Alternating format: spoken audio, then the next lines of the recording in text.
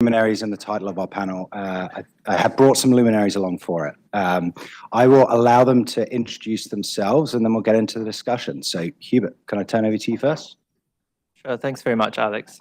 So I'm Hubert Han. I lead the digital section at the Singapore Embassy here in DC, and I'm also Senior Tech Policy Advisor at the Singapore's Ministry of Digital Development and Information.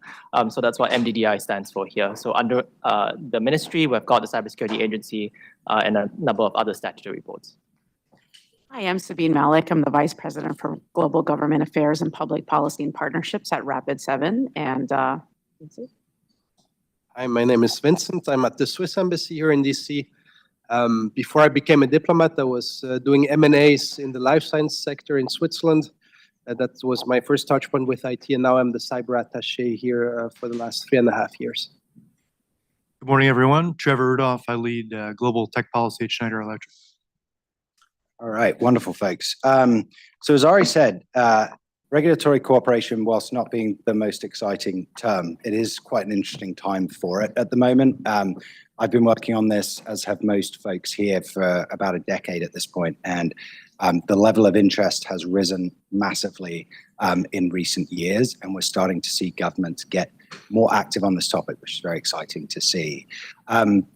What I wanted to do is a bit of level setting around the opposite of regulatory cooperation, regulatory divergence, and to get a sense from folks of what do we mean by regulatory divergence and what is the impact of that from both an economic and a security perspective.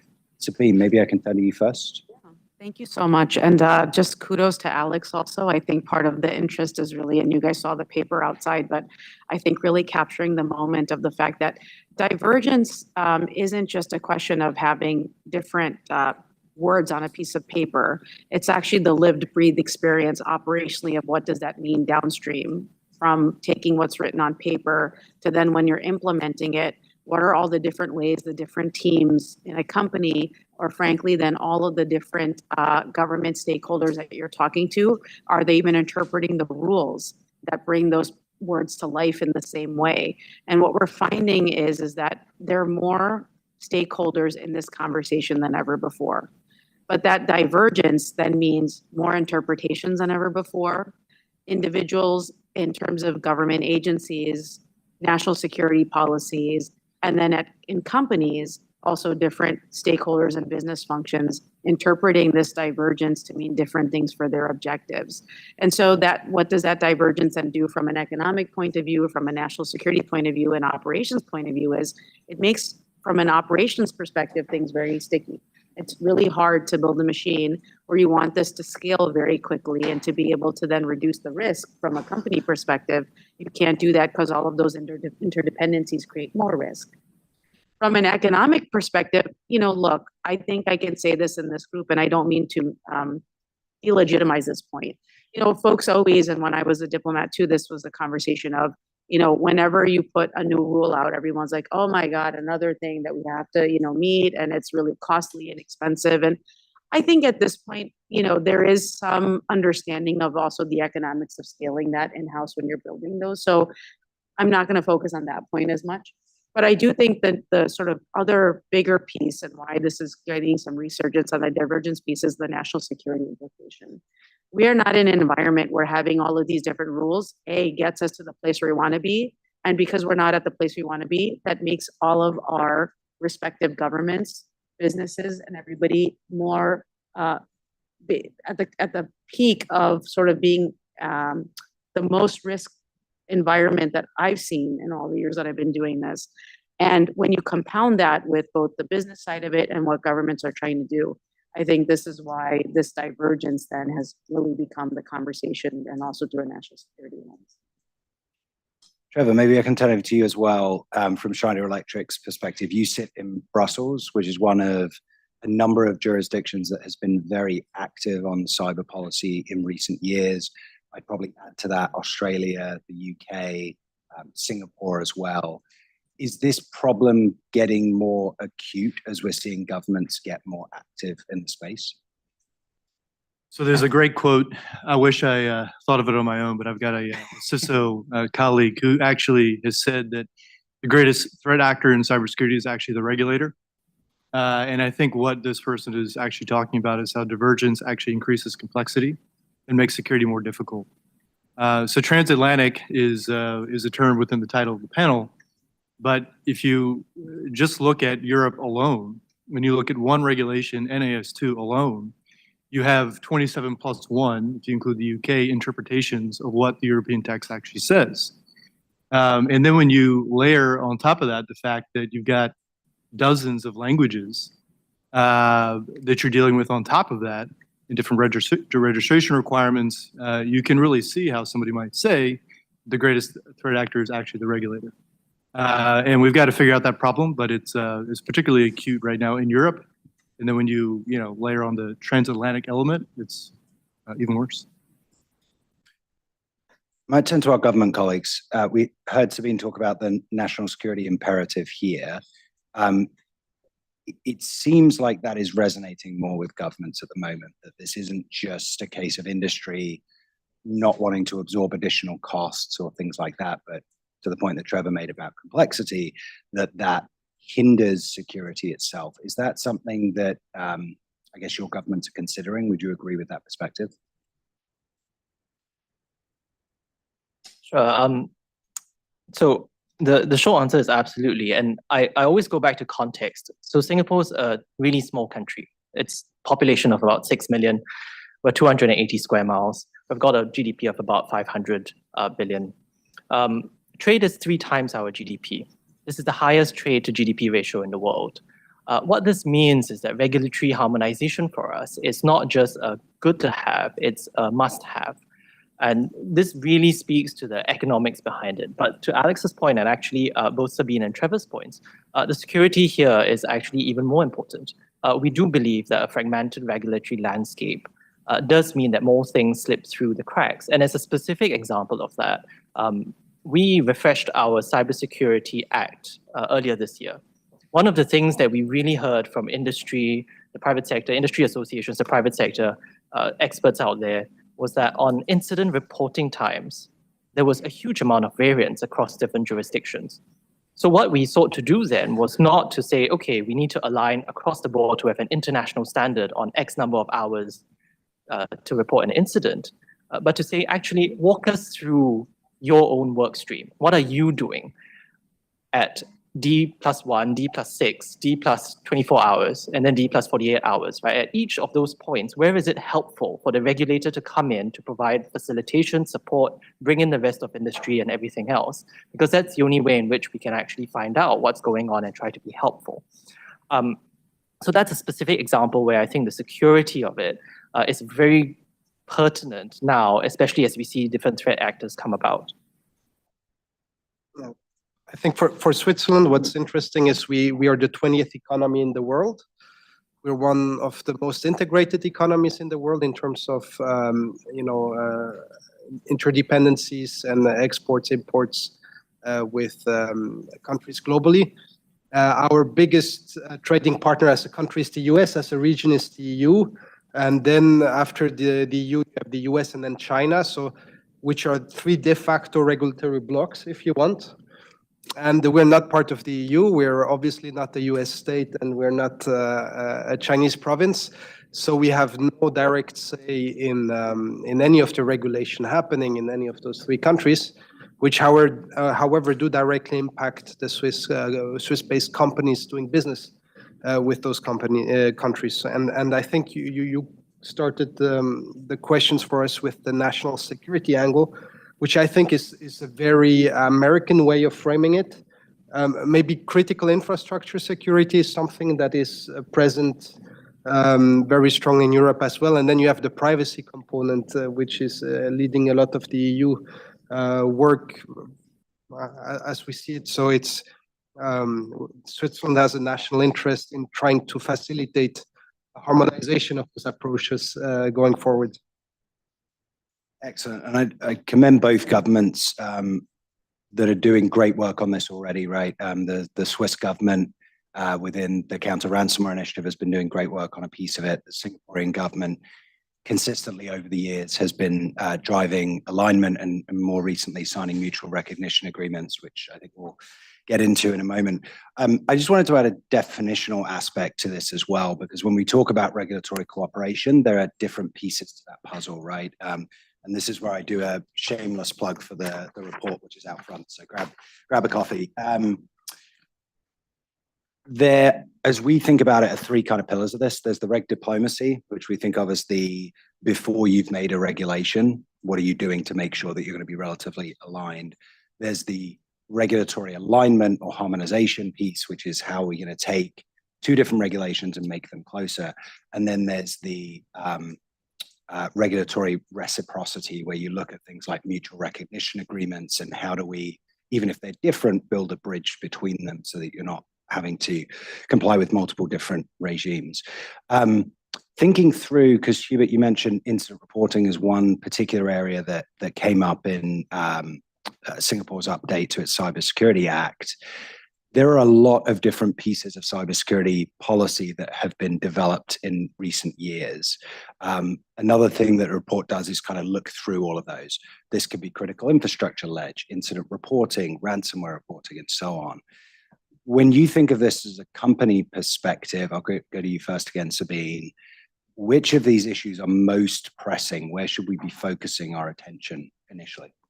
So I think right where the seams are is in terms of the emergent response, the incident, actual, hey, how many people need to be looking, reviewing, and while building that case, then actually thinking about the outputs that need to go out, the artifacts that need to be developed. And I just lay that out in the sense of, because again, you asked, what does that look like?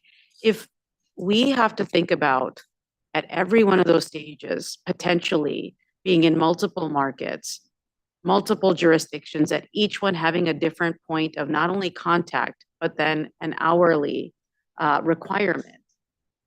That just makes the individuals that are actually doing the, if you will, I'll use the term firefighting, to think less about the incident or how to actually mitigate it and think more about, do our processes actually meet that requirement of hours? And that's not a good way to even think about then from a design perspective, what are you doing to get the best incident intelligence that you need? What is it that you want from a ransomware perspective in terms of what's actually happening, how to understand and unpack that? So I think part of my request, or the thing that we've observed, is that our teams want to share that information. We are in the business of sharing that information. We're not trying to hide the ball in any means. But even for teams that are primed to want to share, they are just driven less by then thinking about the optimization of how do we gather that intelligence to then deploy it once we understand the problem set, think about the other stakeholders that we may need, and then ultimately, as a lot of my colleagues here who are also lawyers or former lawyers or recovering lawyers will say, everyone's also trying to then, CYA, cover your ass. And I think part of that, in terms of then from a purity perspective of those who are doing it, they feel like those concerns and considerations take precedence over the actual part of what I think everyone wants to get, which is the really unadulterated, actual substantive intelligence, the fingerprints of what's happening, and then how do you resolve this and make sure that you are getting that information out to all the relevant stakeholders that need that information. So when you sort of, again, go back to the core issues, and I'm so glad that Hubert also brought this up in terms of you guys talking in the public-private partnership sense of what is it that teams actually are doing, to then think about what do you need out of that team's response that makes it relevant. And I think that kind of partnership is so important right now to think about what is it that folks want actually out of this process. Less so than saying this amount of hours is going to get us what we want to. Yes, of course, there's some amount of time that is acceptable in that window. But let's start with what is it that we're actually trying to get out of this process, rather than thinking of arbitrary numbers as though that's going to be the best in class situation. So that's what we think about in terms of both response and then how to mitigate the hours, or where are we going to optimize for in terms of then figuring out what's best for the team. And do you find, so one of the prerequisites we always think about for Reg Co-op is the regulators in 2 countries or 27 countries have to have the same objective at the end, right? Otherwise, you're never going to be able to drive them to a sort of one-for-one equivalence. In that space, is that generally the case? You're finding that governments are really trying to get to the same info through different means? Let's see. I think they are, but I think some of this is also the first to know problem, which is everyone wants to know faster than everybody else. And that's a real concern. And I just don't understand at the end of the day, and I'm really trying to unpack this with you also, would love if we can, is what does that actually mean? Is that intelligible?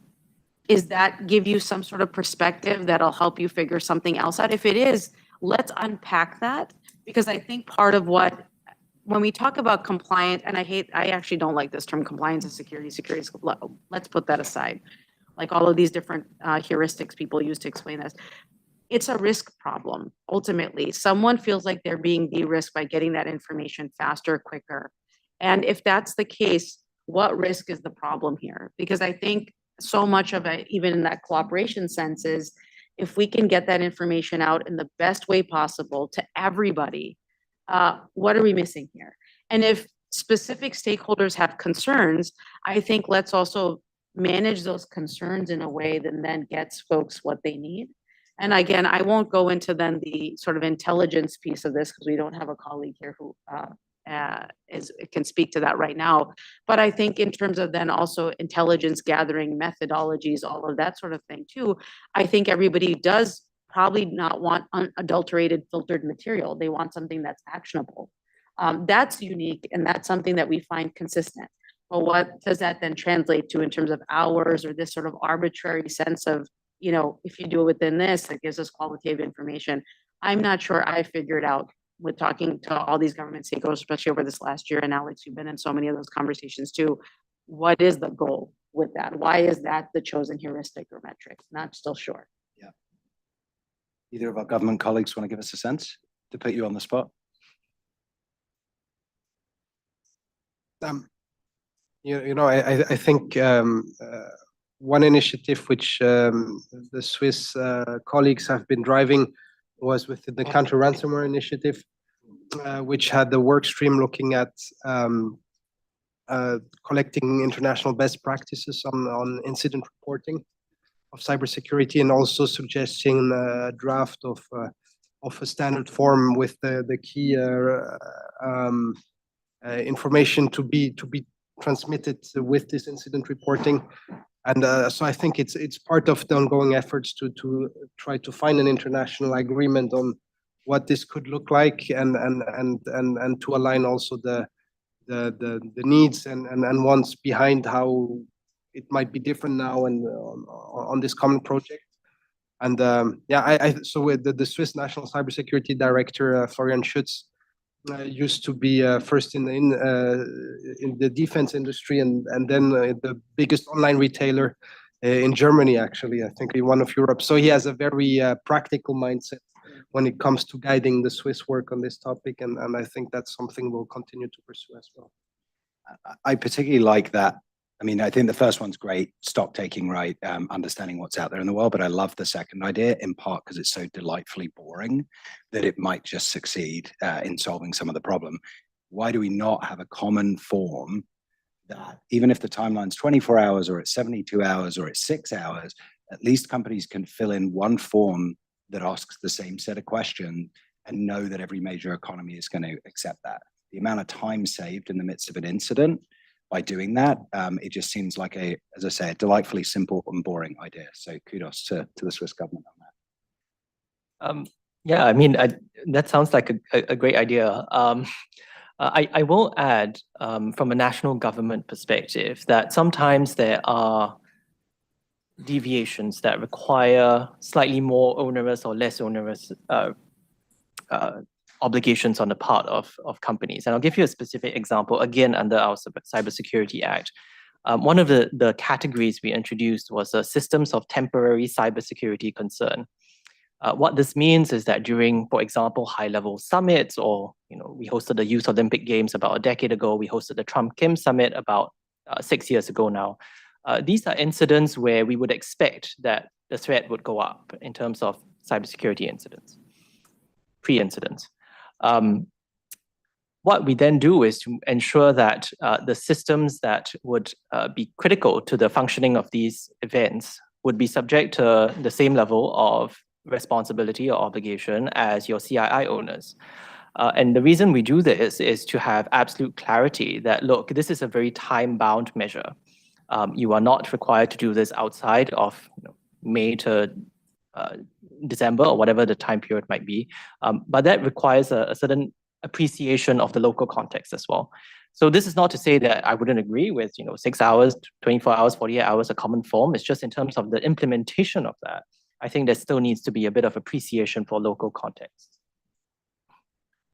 Trevor, what other topics? We've focused on incident reporting here primarily. What are the others that sort of create a pain point for Schneider? Well, I mean, why leave incident reporting? It's a great topic in terms of how painful it is for companies. I guess I want to make 2 points. The first point is kind of related but different. I think we've got an opportunity here, right, with the new administration in the U.S. and the new commission to place a moratorium on new cybersecurity regulations until we realize, what positive impact we have that possibly comes from them. I don't think that'll ever happen, but I just want to throw it out there as an idea. Big ideas. The second point I'd make is more related to incident reporting. I would say that the greatest way to ruin valuable cert-to-cert conversations is to place a legal requirement to report an incident within a certain amount of time. And I think what governments are going to figure out in the next probably 3 to 5 years is that the valuable conversations that happen before those requirements exist are just going to go away because you want to find a way to put lawyers into a room quickly. It is through these types of requirements. And in my experience, governments are not getting what they want, right? Because I mean, incident reporting requirements fundamentally come from FOMO, right? Governments have a fear of missing out, and they want to know everything before the public knows it. That's where these requirements are coming from, but it is just creating such a strain when you think about it just in the European context, where you've got so many different authorities that need to be notified, different timeframes, different categories of information that need to be reported. We simply do not know how to react, how to keep up. And the focus is really on abiding by the legal requirement, and it's not about responding to the incident. So yeah, let's stay on this topic. I mean, it's miserable. It's a tough one, right? Because governments, if we envision excuse me, we envision a critical infrastructure provider that's not doing their fair share, right? Governments do have a right, citizens have a right to know what's going on and to be more proactive. I generally with the Cybersecurity Coalition, we're supportive of things that level up cybersecurity. But the point that you're making is not the best way to do that is not always to put a mandate in place, right? It's to put a structure in place that facilitates it. And I call out our Australian government colleagues on this as well and give them kudos for having gone down that more stringent path and now going back to a more balanced. Why is that? Approach, because the relative amount of reporting coming in or valuable information just wasn't there. So yeah, I think this is one where we actually have a real world practical example of how that plays out. And sorry, Alex, just to jump in on one other last point about that. Again, if there's a common understanding of what is actually what folks want, actionable, good intelligence, then let that be the driver, the design principle by which all of this is driven, rather than the other concern, FOMO, or something that I want to get besides my other colleague getting it first. If that's driving it, then we're not going to get to what the concern really is ultimately, which is to help resolve this. And I think, in the Cyber Luminaries panel also, and I think you'll hear throughout the day, these conversations have been happening for a long time. And I think what the private sector also is just tired of now at this point is feeling like we're getting the brunt of it in terms of saying like, oh, it's you, we are not doing whatever. And it's not just that. It's really, let's put more emphasis in terms of the principles around what do we actually want these regulatory design and frameworks to look like when they're designed. so that we can all get to the same place. Because without it, then these other concerns around the fact that we are seeing a very difficult environment in terms of then the risk conversation becomes more difficult. This isn't just about baseline security anymore. It's really about also managing your risk, being more pragmatic, creating a little bit of more of those flexible structures so that we can all get to that place. And I think that's, if anything, I think there's more takeaway is flexibility and then principles around the fact of like, what do we want that's actionable? Those would be my two call outs for this. So to push this a little beyond incident reporting, though, I do hear that this is one that, again, in the paper came out as a top issue for governments to work on. We have 100 countries have critical infrastructure cybersecurity legislation in place now. We're seeing a proliferation in cyber labels for connected devices. Which of these other issues kind of rise to the top for your organizations or governments? Well, I'll just say that on labeling, this is an area that's ripe for, I would say, international cooperation and harmonization. You can probably sense that I'm a bit skeptical of most things in life, but I have to give credit to the Europeans, to the Commission, and to those in the U.S. government who have endeavored to figure out what mutual recognition might look like between the Cyber Trust Mark and the CRA, as an example. There's some pretty significant issues around scope that need to be resolved there for that to happen. But if we can come up with something that looks like mutual recognition for those two schemes, I think that's going to be very beneficial globally as far as other regulations that follow it. And it's certainly going to help manufacturers, right, to be able to build once, secure once, certify once, and then have reciprocity throughout multiple jurisdictions. So there's progress. I think we in the room need to keep up the pressure on governments, especially given the transition in Europe and in DC, to make sure this becomes a reality. But I'm somewhat hopeful. Can I call on you on labels came up there, and I know Singapore's done a lot. Yeah, I mean, I absolutely agree with what Trevor said, and yes, please keep up the pressure on governments, not just in the US and EU, but I think across the world as well. I think taking a step back, there's a very good reason why jurisdictions across the world, including the US, within the European Union and Singapore, have decided to initiate cybersecurity labeling or certification schemes.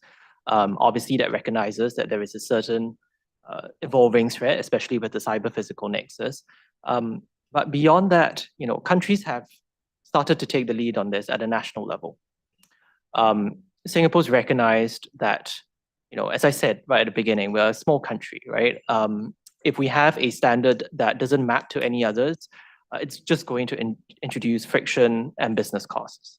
What we've done quite early on, and actually I would encourage folks to take a look at this, is we have mutual recognition agreements already between our cybersecurity labeling scheme and those of Germany, Finland, and South Korea. And we're in active discussions to try to expand this pool of countries that we have mutual recognition for. I will add that actually it's incredibly laborious and requires a huge amount of expertise within the government because of how specific these certification schemes are to know actually how do you break it down into different levels. We have 4 levels in Singapore. I believe that the Germans have 3. I believe the Koreans have 3 or 4 as well. To break that down, that level of expertise is immense, and therefore actually from a government perspective, to the extent that we can reduce some of that burden on ourselves and share that burden with other countries, we would love to do that. And so I would just completely echo Trevor's point in terms of keeping up the pressure, because it is in the government's interest as well to make sure that when we say we label certain products, we don't need to do it all ourselves, right? I hope that doesn't come across as us just being lazy regulators. I think it does make a serious point behind that, right? That bringing together the best in world expertise across different regulators usually results in a better outcome than otherwise.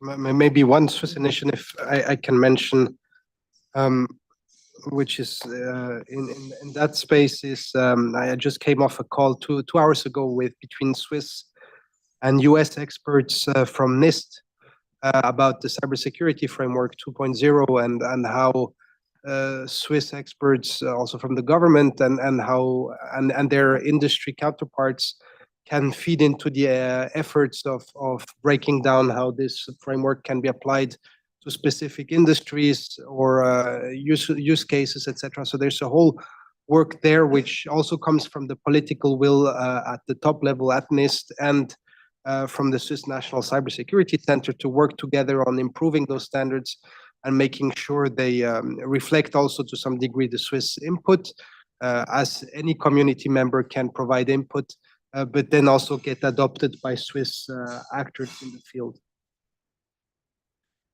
So we've got about 10 or 15 minutes left. I want to pivot us to start thinking forward. As I say, we have over the past 12 months seen a lot of forward progress in this area, some tangible initiatives such as the mutual recognition agreements that Singapore is signing with various governments, the fact that the counter-ransomware initiative is doing work across such a broad section of countries on the common form and the incident reporting stock taking is great. What do we need to put in place to do more and to do things more quickly going forward? And a couple of sub questions there. One is, who needs to be around the table? And where can we go with that set of countries? Which forums should we be going to be doing this work more effectively? Trevor, maybe I can go to you first. Yeah, so really good question. I would say that we've got a bunch of existing fora that are necessary but insufficient for success in this space. The obvious one is the EU-US cyber dialogue. I know there are probably some skeptics on this panel, and so the value of that forum. But my view is it's better to have that dialogue than to not. And I also believe that forum was instrumental in getting the Europeans to recognize international standards in the context of some of their cyber regulations like CRA, the Cyber Resilience Act.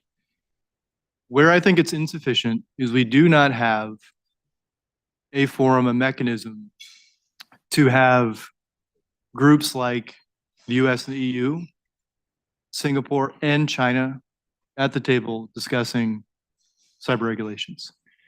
There is no reason, of course there are reasons, but there's no good reason that doesn't exist today. And so it's pretty provocative to think that such a forum could even exist, but I think it should. Because there's just too many areas of commonality to kind of leave that on the table as something that we don't at least try to do. That's the type of cooperation that I think we should push for.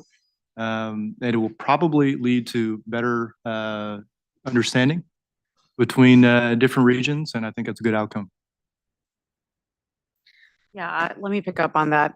Not just China, but I think a lot of what is happening is, go back to, we didn't use the example of around trade harmonization and what mechanisms existed and what didn't. But I think here what we're seeing is that there is a fragmentation in terms of the conversations. I think countries that are already dialoguing through multiple bilateral or multilateral fora are doing it. But there's a lack, or the layer that's missing is who's designing those principles and for whom. And I think in that regard, this isn't just a standards conversation. This isn't just a, bring companies and governments together. I think this really needs to be architectured by also those folks who do risk, who'd really talk about how do you then mitigate the risk that you're trying to look at. So I still think that we don't have a lot of cyber insurers talking to stakeholders and the cyber public and private partnerships. I think they're a missing group out of this. I think a lot of other individuals that talk about risk in other paradigms, so health, critical infrastructure, also that measure that should be at this discussion. And we don't have a forum like that yet. So I think that's also another missing piece in terms of, again, designing the architecture, because we're not doing it just for the sake of, security. It's a mitigation problem. And I think that's the let's say, discipline or sensibility that is still missing in a lot of the conversation. I would just add to that as well, the trade people, right? There's an example from the last couple of years with CISA where they put out some secure software principles that were endorsed by like a dozen countries, which should be a great initiative and put us on the pathway to having alignment. But the extra step was never taken to turn that into some kind of trade mechanism or really anything that would look like binding. So now all of those countries are going off and doing it slightly differently. So it was a great initiative that fell by the wayside because, as you say, Sabine, the right people weren't at the table. I just wanted to add maybe a couple of points, and emphasizing the commonality here is absolutely key. And I want to point to the counter ransomware initiative, where the ability to draw in the number of countries that it has is because it has defined ransomware as something which is illegal, which is something that shouldn't be done. It's criminal, right? We can all agree on that. There were discussions at a very early stage about whether this counter ransomware initiative should be actually modeled around, or the narrative should be around values and democracy and whatnot. And actually what we found was that wasn't quite helpful, because if you see, a number of countries around the world that wouldn't quite sign up to those principles, but would say, yes, sign me up to the counter ransomware initiative because I can agree to the thresholds, I can implement them in my own jurisdiction, and actually that broadens the tent. So I think that's an important point to remember here when we think especially about the cybersecurity threats that we are facing over the past couple of years and moving ahead into the next 3 or 4. Emphasizing that commonality, I think, is probably absolutely key. In terms of bilateral agreements, and it's interesting you brought up trade, I also want to point to so Singapore and the EU have got slightly differing views on cross-border data flows, right? We don't quite sign up to GDPR, and that's probably an understatement. That being said, I think a couple of months ago now, have managed to conclude negotiations on the digital trade agreement with the European Union. Obviously, data is a big part of that, and there's a big focus on e-invoicing and cross-border data flows.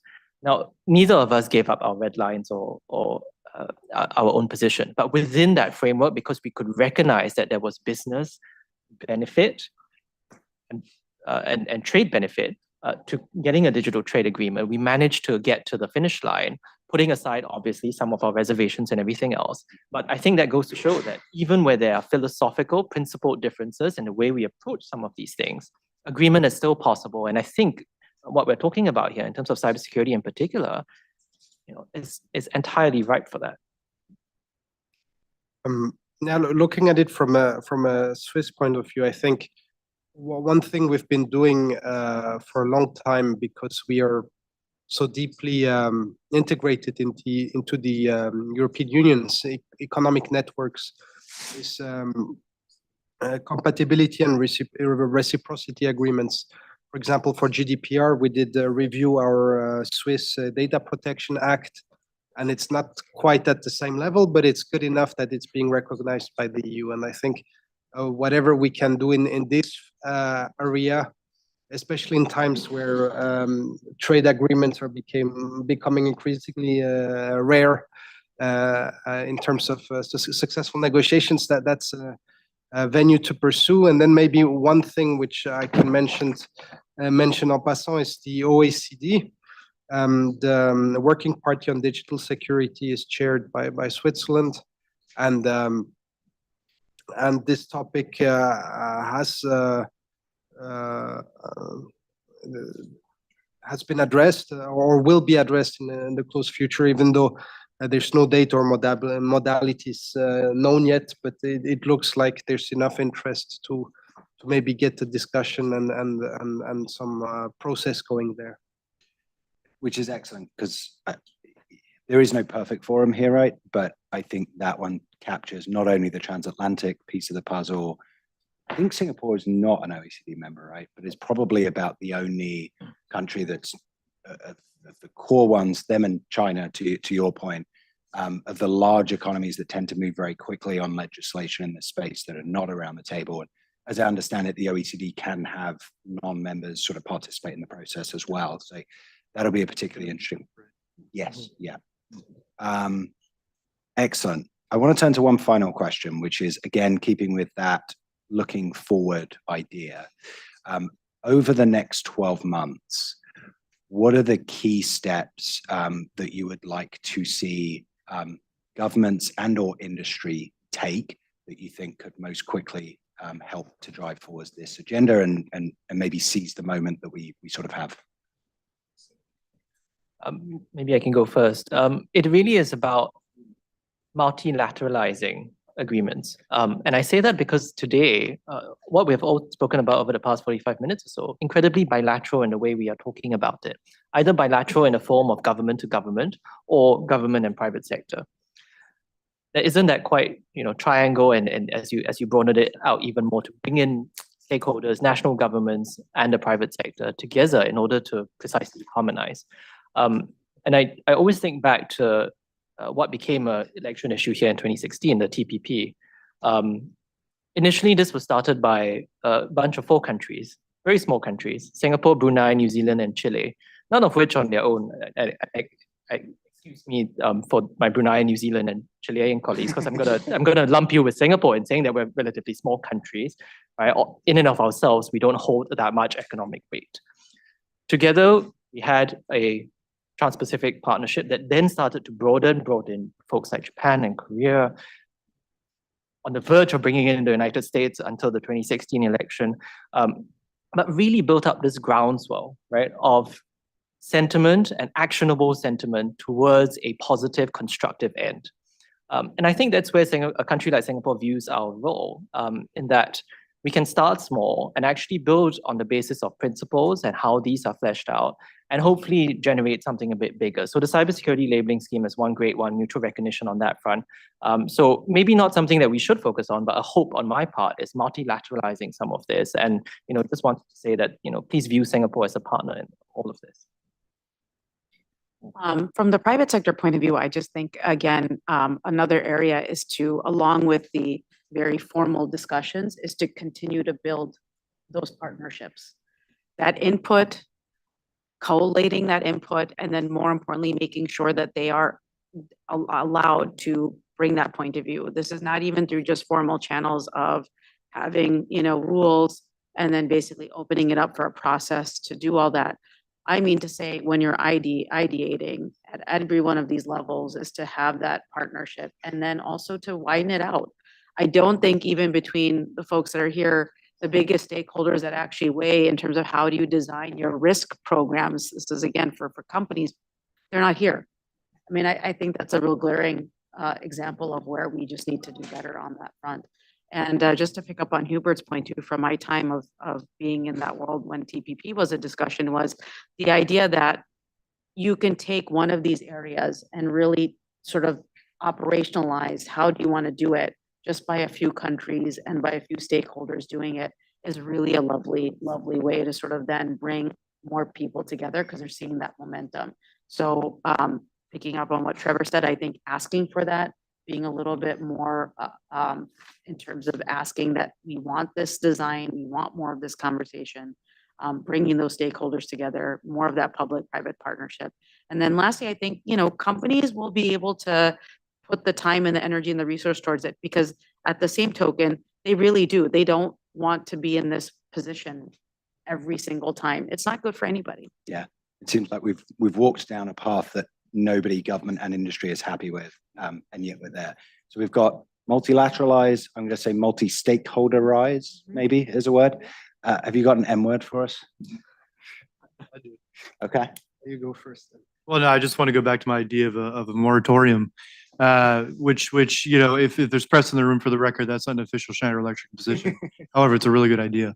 And I would encourage anyone who is currently in the U.S. government, if you had a hand in writing the kitchen sink executive order that may or may not be signed by the end of the year, I think you should ask yourself, right? What's the value of issuing a new executive order, before the end of the month, before a new administration comes in and probably wipes it away, right? Because there are going to be so many cycles that are spun up in industry to dissect that executive order and to figure out what new requirements come from it.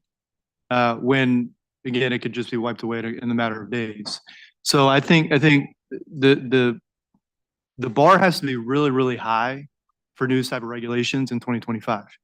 And so if it's not an all-out moratorium, maybe it is something where there's a more thoughtful approach to how do we implement what's already on the books, because there's a tremendous amount of text that is already on the books that isn't implemented, as opposed to doing something net new. Moratorium. Vincent, final word to you. Maybe I'll go with mediation, and I'll explain.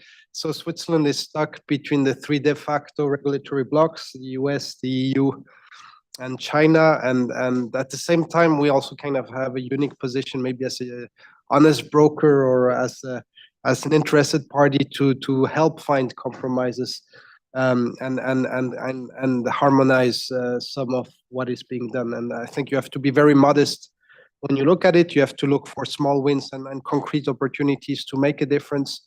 But you asked about the 12 next months, and I can guarantee that the colleagues in Switzerland are ready to make a difference if they can during that time frame on this topic.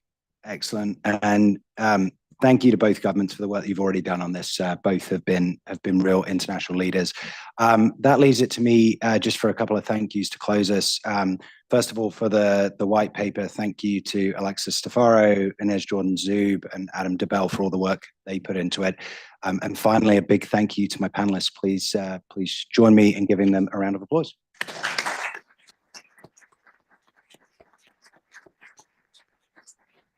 So next, we're breaking for lunch. There'll be a buffet out here, and then we'll be back at what time for the people online?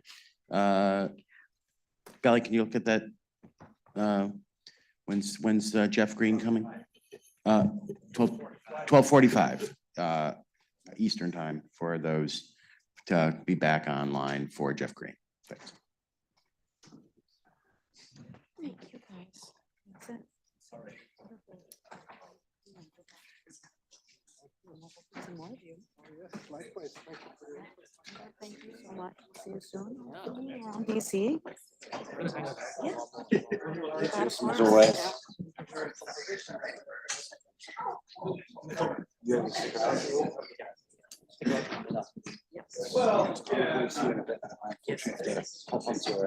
Something remote, and I'm going to come back up at the end.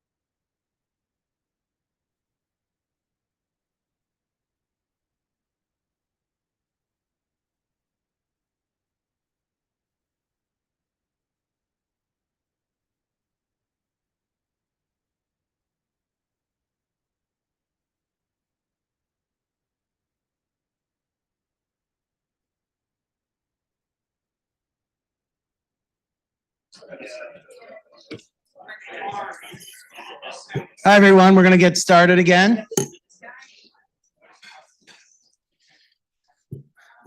I have the pleasure of introducing our keynote speaker today. It's Jeff Green, who's the CISA Executive Assistant Director. For the last 2 decades, Jeff Green has been at the forefront of the most important cybersecurity policy issues. When I first met Jeff, he was on the Hill. He had spent 6 years there, served as the staff director on House Homeland and Counsel on his GAC, where many of the people in this room first worked with him, actually. It was back then when we learned that what a great partner he is, and it's always clear that he held on to his main values and the values of the chairs he worked for very, very tightly. Jeff then went to work at Symantec for 8 years. He would eventually become the VP for Global Government Affairs and Policy. And during that time, he was instrumental in policy solutions that improved security and helped industry. He also founded many important organizations that play vital roles today, including not a small part in the 2 organizations that host this event, the Cybersecurity Coalition and the Cyber Threat Alliance. So really one of the founders of the folks that created the groups that have us here today. Jeff, after Symantec, Jeff went to work at NIST, where he ran the National Cybersecurity Center of Excellence. Then went to the White House in the NSC as director for cyber response and policy. And then he spent 2 years at the Aspen Institute leading the important work of its cybersecurity program. And now he's come back to the administration as a CISA in this EAD role. We are really honored to have him here today with us and thank him for all his leadership over the years and looking forward to hearing his thoughts today. Thanks a lot, Jeff.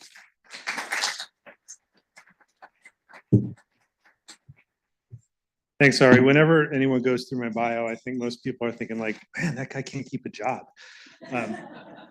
But I really appreciate the introduction. I want to thank Ari, Michael, Cyber Coalition, Cyber Threat Alliance for being here. CISA, Cybersecurity Directorate, we can't succeed without the partnership. Groups like Cyber Coalition and everyone in this room. So, you know, okay. Let's say, unless you walked into the wrong conference, I assume most folks know what CISA is, so I'm going to spare you the boilerplate that they feed me.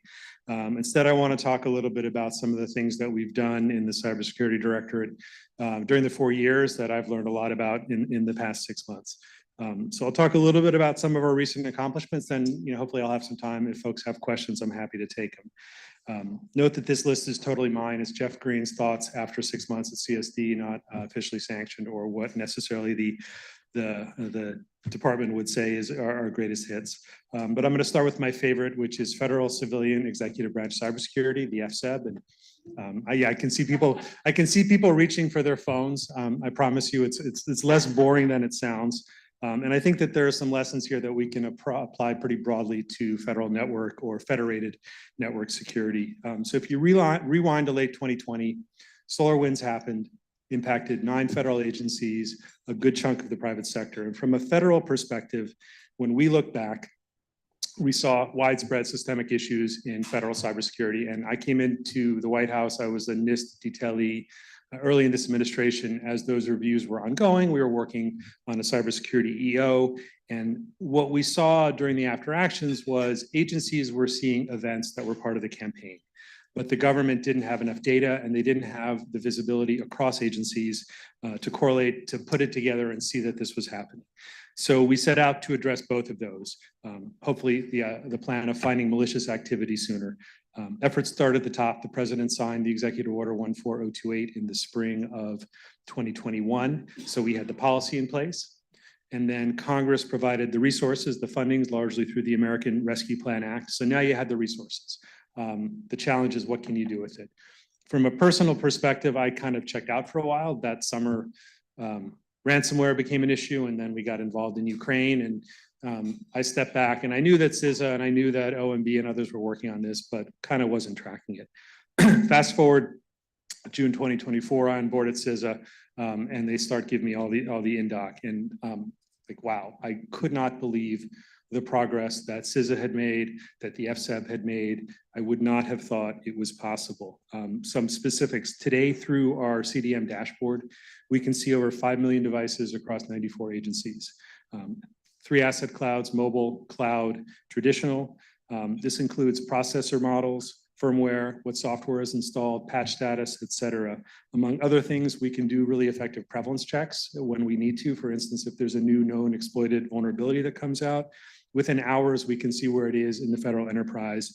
We can push this down to the system level, and we have processes in place with our partner agencies so they can be remediating immediately. Soon after I started, there was a KEV that came out, and I can't remember the time frame, but in short order, we're getting briefed on it. And the lead briefer comes in and says, we are only at 94% patch rate now. I'm thinking, only at 94? I was like, wow, that's a measure of where they hold themselves. Being at 94% was inadequate. Beyond that, we have widespread deployment of EDR technology, coupled with what we call our persistent access capability. And we have access to over 400,000 logs from across the federal enterprise. That grows every day as EDR deployments go on, as we enable PAC more broadly. But this gives us the ability to conduct in-depth analysis across agencies of anomalous activity in real time and in coordination with the agency SOCs. This is the type of whole of enterprise threat hunting and response that we need, and this has paid dividends since then. We do incident response now with federal agencies in a matter of minutes or hours, not days or weeks. We're not shipping people across the country. We're not waiting for logs to come back. We are supplementing what the agencies can detect on their own networks, bringing our own expertise and knowledge from that visibility across agencies, and then what we have learned sitting in that place where we can see the breadth of it. This has allowed us to address like literally the exact gap that the Russians exploited in SolarWinds and other actors have exploited for years. Agencies would see activity that was actually part of a campaign, but not the full picture. They either didn't have the EDR or no one was looking at it more holistically. No one could see the gaps and seams across the agencies or had the mandate or the technical ability to correlate the events at agency A with what was going on at agency B, C, and D. Today, on an increasingly basis, we can do that. We have been able to detect nation-state activity at particular cabinet departments that was missed at the front lines by the EDR because of what we're seeing on the back end, and then have been able to alert other agencies to dig into this.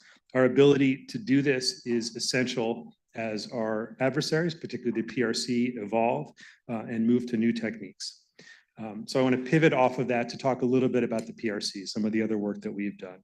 A lot of this will never see the light of day, and that's good on a number of levels, but you know, a dog that doesn't bite is still one less person who's bitten. Over the past few years, government generally, CISA specifically, we've been really vocal about the threat of the PRC to our critical infrastructure. There is the typhoon of the day, whether you're talking Volt, Salt, or Flax, they are all significant, and the threat is very real. In response to that, we have moved out. And if you just look at the DNI from the past few years, I think at least 2 years running, the DNI has put in our annual threat assessment a pretty stark warning about what the PRC is both capable of and willing to do. My director, Jen Easterly, has said publicly, we have found and eradicated Volt on multiple critical infrastructures, and we have worked with countless other entities, either to help them harden their infrastructure or to hunt for the adversary on their networks when we have reason to believe it could be there. This is all very much a work in progress. It's not anything we can do alone, but we have strong mechanisms in place to work with our partners in government, with our partners in private sector to stay abreast of the threat and to raise both awareness and our security posture overall. Before I change topics, I do want to take a minute to brag about some of the teams we have internal at CISA. The expertise that our hunt teams have developed going after actors like Volt and SALT and others is unmatched. We are the equal of anyone in the federal government or in the private sector today. We've developed specific tools and techniques that have allowed us to find these actors when others have not, and we're sharing that information with both our public and private sector partners so they can do the same. Pivot now, though, from what the PRC is doing to how they and other adversaries are doing it. And I'm talking about insecure devices and specifically our Secure by Design initiative. I still remember back to the first cyber conference I went to 15 or so years ago. There was a guy walking around with a t-shirt that said, there's no patch for a stupid user. And I thought that was really funny And, I still think that's a little funny today, but I think it is also coming at the problem we face precisely backward. The problem isn't that people are going to click on a link, or they're going to open a document, or they're going to fall for some kind of scam. Cons and shell games have been around since the beginning of time, and we're not going to get rid of them. The problem is that every day and in every conceivable way, we are relying on software and technology that is built with flaws that allow bad actors to take these very human mistakes, these human failings, and turn them into a compromise that allows them to steal their life savings, or breach a corporate network, or disrupt water, transportation, or energy networks, or steal our national secrets. It's not anything that all of you in this room don't know. You work in this space, but it's like we're buying a car that has an unknown major defect in the hopes that the manufacturer might find it and repair it before someone else does. We would not accept that in that space, and we should not continue to accept it in technology. And that's why we've been so focused on secure by design, why we're so excited by the many companies in this room who have agreed to join our effort. I think there are over 200 committed to the pledge. But I think the secure by design mindset goes beyond just the companies who have signed the pledge. The conversation is different now, and we hope that'll continue. And I have to say, it's the past few weeks, I've had a lot of conversations with a lot of policymakers in different parts of Washington on both sides of the aisle. And the issues that I'm talking about now have been front and center in those conversations. So I'm pretty confident that this underlying issue is not going to go away with the change in 2025. Before I close, though, I want to talk a bit about another one of my favorite topics, resilience, another one of those things that makes me popular at dinner parties. But no matter how good we are or how good we get, at some point an adversary is going to be successful. And the key is, what do we do then? We need to be resilient. We need to have the capacity to plan for this, to make sure we can function through it. So at CISA, we're working with critical infrastructure owners and operators across the nation to emphasize the importance of resilience, but it needs to go beyond just critical infrastructure. Any organization that's using IT today, which is pretty much all of them, needs to think about how they're going to function if they're compromised. I mentioned Volt, I mentioned SALT. We may not know the full scope of what the PRC is doing, but we know the highlights and we know the seriousness of the larger threat they face. But it's not just nation states. You look at, I mentioned Colonial or Change Healthcare. Criminal actors can paralyze parts of our nation, and we need to take steps now, many of which are non-cyber, many of which are not even IT, to make sure that that cannot happen, that we can continue to function. Businesses and governments need to be prepared for this. We need to architect our systems. We need to train our people so we have the capacity to run on those bad days. I'm going to close now and then hopefully take some questions, but I want to talk a little bit about CISA again, in particular about my division, cybersecurity division. I've only had the good fortune to be here for 6 months, but with apologies to former colleagues, this is by far the best job I've ever had. I'm humbled by the talent and the dedication of the people who I work with every day, people who are giving up their time, who could make a lot more money going outside of government, but who remain committed to the mission. Whether they're securing federal networks, hunting and finding our most sophisticated adversaries, coordinating the response of disclosures of vulnerabilities, I would put the talent and dedication of our teams up against anyone. It wasn't too long ago that there was accepted wisdom that DHS, NPPD or whatever it was called at the time, CSNC, we could never have the talent that, name your 3-letter agency. Then, CISA has the authority, but they don't have the skill set. Assuming that was ever true, those days are gone. And you'll hear that from our partners and you'll hear that from other agencies. As I've said, we're hunting and finding the toughest and most skilled adversaries out there. And we're taking that knowledge, most importantly, working with our internal partners in the IC and law enforcement and with our private sector partners to try to raise all proverbial boats. This is essential to improving security for all of us. I'm going to stop. There are a lot of things I could have talked about. The known exploited vulnerability database, another one of my favorites. Pre-ransomware notifications, we have literally stopped thousands of ransomware incidents before they happened. Again, the dog that didn't bark. JCDC, there's a lot I could talk about, but hopefully you get the idea. CSD is doing great things. I hope you all will continue to partner with us in the long term. And I really appreciate, Ari, the chance to be here today. Thanks. Yeah. Thanks a lot, Jeff. Thanks for agreeing to answer questions too. We have how much time left to answer? 15 minutes or so. I should have talked longer. Yeah, no. So I have a question to start, and yeah, I warned you a little bit about that this was coming. So So you mentioned the typhoons and Salt Typhoon in particular, and we've been hearing a lot about how government's investigating Salt Typhoon at this point and the work that's going into at that CSRB is looking into it, that the ESF there's been reports that ESF is looking into it. With that, there's a unified coordination group, cyber unified coordination group of agencies that is looking into it. So can you explain how that works together and what industry should be thinking about it? Sure. And I forgot to thank Ari for always having Diet Coke when I come here. So, you know, it shouldn't be surprising that the CSRB, I think, is ultimately going to look at this. This is a significant incident. To be clear, the CSRB is an independent entity from whether it's FBI, NSA, CISA, or any of the UCG agencies, so I can't speak for them. I can tell you from my perspective at CISA and our work with other agencies on the immediate incident response, we have asked for and received assurances that whatever review the CSRB does is not going to impact our ability to conduct the ongoing and really important incident response work. I think it's likely at some point the CSRB is going to want to talk to the agencies, but you know, we all have commitments, legal, policy, other commitments with victims, with the entities we're working with. So we are very mindful of our confidentiality, and we expect and hope that the CSRB will understand and respect our need to continue to work with victims and partners generally. So, you know, I think what I would say to industry is you can have confidence that all the sharing agreements that we have in place, whether it's with us, FBI, or anyone else, we are going to stick to our word in terms of how we're going to work with it. The CSRB will do its work, certainly. But, you know, we have made commitments and we view them as, you know, running their own review and are eager to work with them when the time comes, but pursuant to all the agreements we have in place.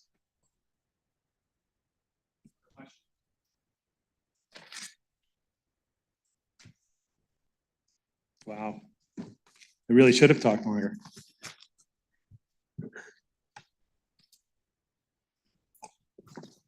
Thanks, Jeff. 1, 2, 3. Thanks, Jeff, for all that you've done for, as already said in your bio. You mentioned the pre-ransomware notifications. I don't know if you can say more about that, but one thing I was hoping you might be able to talk about was the Joint Ransomware Task Force and how that's going, and how those of us in the room can be helpful to that effort.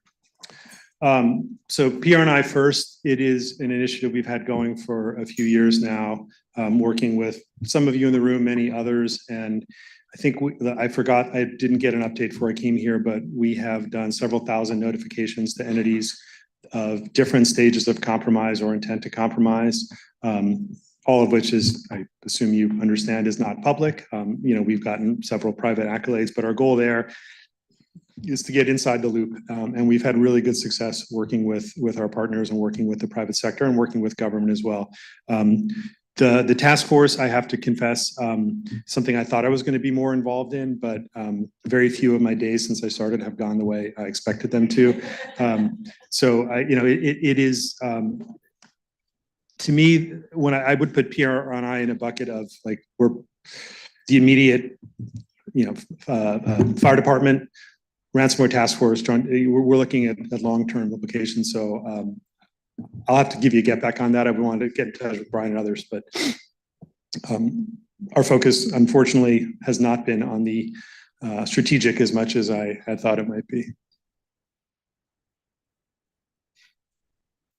So I'll ask another question since and I have lots of questions to ask you. So, but one thing, so you know, there's been a lot of kind of looking back at automated indicator sharing. Hey, I asked what sort of the program and what has worked with it, what has not worked with it, and then kind of a move to what some new model. You talked a little bit about all you're seeing within the agencies, but how does that kind of translate over to this idea of like the joint threat environment and ties and some of the other things that CISA has put out RFPs on, et cetera? So I think at the top line, I would say that we've tried to look at, and when I say we, this is work that the team did that was kind enough to share with me when I got on board.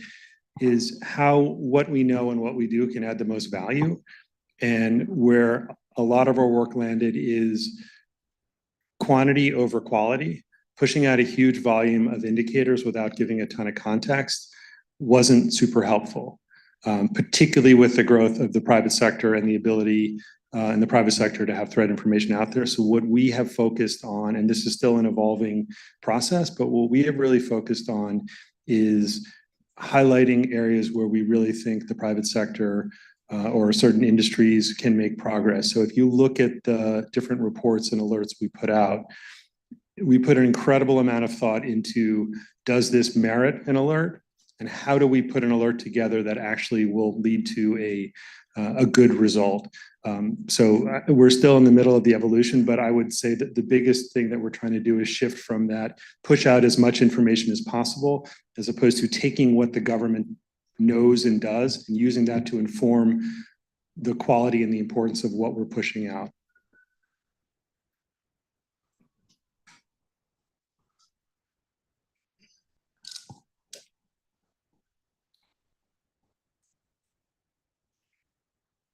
Hi, Jeff. Yeah, thanks very much for all your work and your service. Can you talk a little bit about the work that CISA is doing with private critical infrastructure? So your cyber hygiene program or some of the areas how you're working, you have the field offices out there working with critical infrastructure and what you see potentially as future opportunities there. Yeah, I mean, off the top of my head, break it into two pieces. There's what is available on the internet. CISA CSD has a variety of tools, cyber evaluation tool, other assessments that you can download from our website and run. You can sign up for monitoring to check for known vulnerabilities. But we also have the field force you talked about. So that's it's an interesting structure in a different division. In CISA are our cybersecurity advisors all across the nation. They work closely with the cybersecurity division itself, so they understand our priorities. So we can actually reach out and touch individual private infrastructure entities if we think that there's an issue there or if they have reached out to us. So we have the capacity now to go into, upon request, everything we do in this regard is voluntary, I need to say. But we have a highly skilled nationwide workforce that can engage at the line level with entities to walk them through the evaluation tool, to make them understand how the threat hits their specific sector, or if they're a little less sophisticated, to talk to them about some of the basic hygiene steps, how they can get to that 99% protection. But at the same time, we have a suite of resources that are available on our website that entities can download and use and get a lot of real-time feedback on unknown and fixable vulnerabilities or misconfigurations.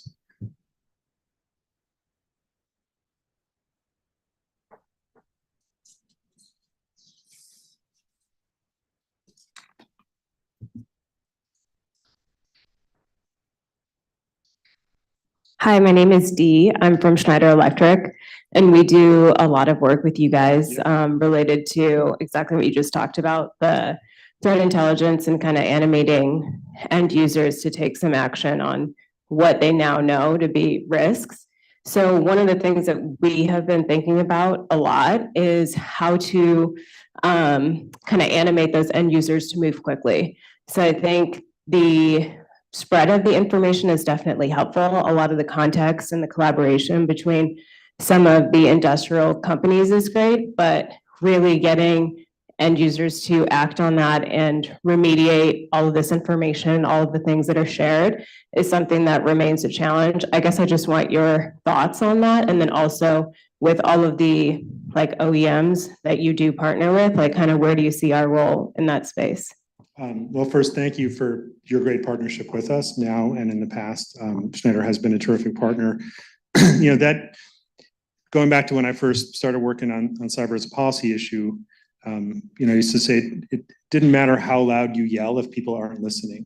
And the problem is, what do we do to get to the people who aren't listening? And what I've tried to talk with our teams, our publication team at JCDC, and what I did when I was at NIST at the NCCOE is looking at whether our message is right for the intended audience.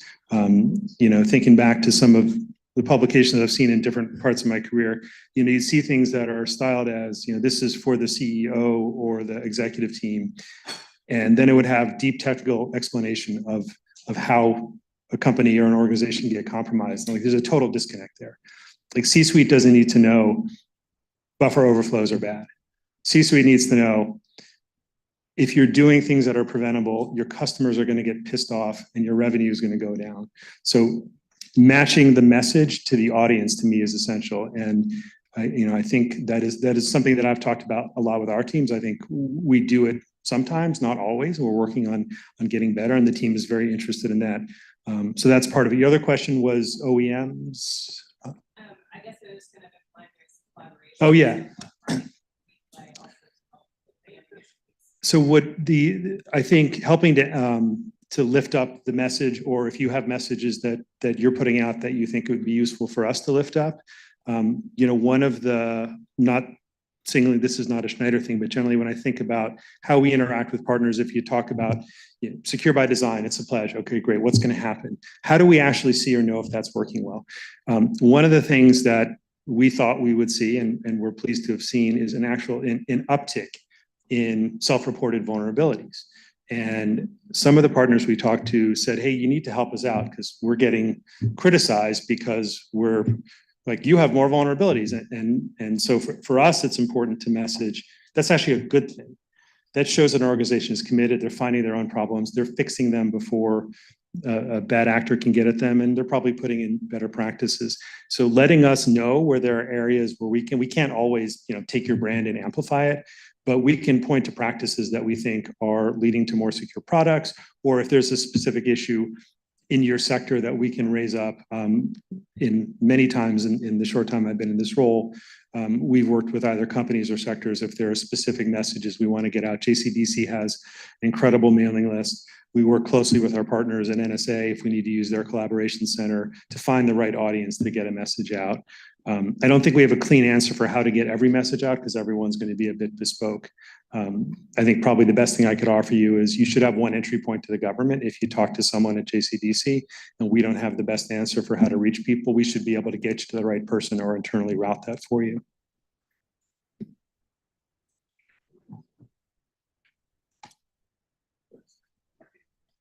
Sure. So I know that one of the more popular outputs that CIS has come up with is the known exploited vulnerabilities list, the KEV. But I think one of the things that's still unclear from some of the vulnerability researcher community that runs things like the exploit prediction scoring system, there are often things that come out of the KEV that score very, very, very, very, very low in the EPSS. And so there's obviously a disconnect between the sources of information that is driving the KEV and the sources of information that is driving things, more broadly across the industry. Yeah. So can you talk a little bit more about sort of what drives you to actually arrive at a conclusion to put something on the KEV, and how can you think about messaging that more clearly to the broader industry that there is an underlying set of data for that? That's a really tough nut to crack because, as you well know, sometimes you can't always explain why, and a little bit of trust me, we're from the government and we're here to help you isn't always going to carry the day. Struggling, whether it is what we're seeing in the wild or what we understand the potential or what we understand intent may be. What I can say is there have been times where I've read about something and I've called down and said, hey, is this on the KEV and why not? And the answer is no, and let me lay out the 3 factors. And in no circumstances have I said, well, that's stupid, it needs to go on. We put a lot of thought into it. What I'm taking from this, though, is we're still not providing visibility into the why when we can. Or at least not a general sort of statement about what are the sources, right, that are driving it, so that those of us that sort of serve that interface role can actually explain, this is how the government is arriving at it. You can't say in this instance, because obviously there are sources and methods, but sort of at a general level. Yeah, I mean, from our perspective with, we have the binding operation. We know if we put a KEV out, the federal enterprise and civilian enterprise is going to remediate it and DoD is going to do the same. Let me take that back. I don't have a great answer for you. I'll talk to Jay and Sammy, but it is a relatively new entity, but has sort of exploded on the scene in the years we've been doing it. So great point.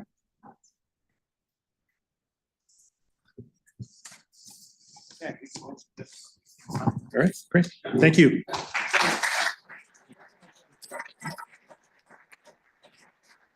Thanks, Jeff. That was great. Really appreciate it. So we're calling up the next panel, but we also have a little bit of, we have to add a chair here and some cups and things. So I'm gonna do the intro to the panel, and then the panels can come up after we sort things out over there. So really what this was, we had this next panel. We were trying to figure out how to do something looking back at the Biden administration, how to do something looking forward to the Trump administration, and what some of the recommendations have been for the Trump administration. And when we kind of put together, like, who do we want to do this panel? We came up with, these were our literally our four first choices, and we got all of them. So we're like, these people are all great. Let's just put them all on a panel together. And so Michael and I are gonna kind of do a review with them, and we have Nick and Drennan from the Office of the National Cyber Director, and who've been instrumental in the implementation of the cyber strategy and the work that went on there, and some of the kind of budgeting, other kinds of issues that were involved in that. And then we have the folks that wrote the McCreary report. We have Frank and Matt. Frank is at Auburn and McCreary Institute and helped to run it. Matt was one of the people that worked on it.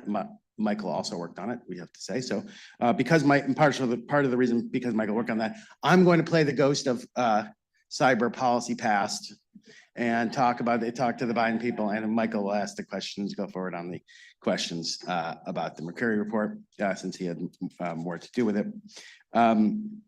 So let me just, so folks can come up now, and I'll just start by just reminding people a little bit of history while they're going up there, which is that during the transition of the Biden administration was when we learned of the SolarWinds supply chain incident that had a great impact on the focus of the policy of the new administration. And then several other incidents quickly followed that. And that led to Executive Order 14028 coming out in May 2021. The Biden transition basically focused on a lot of these issues and created the EO during the transition, and it came out in May.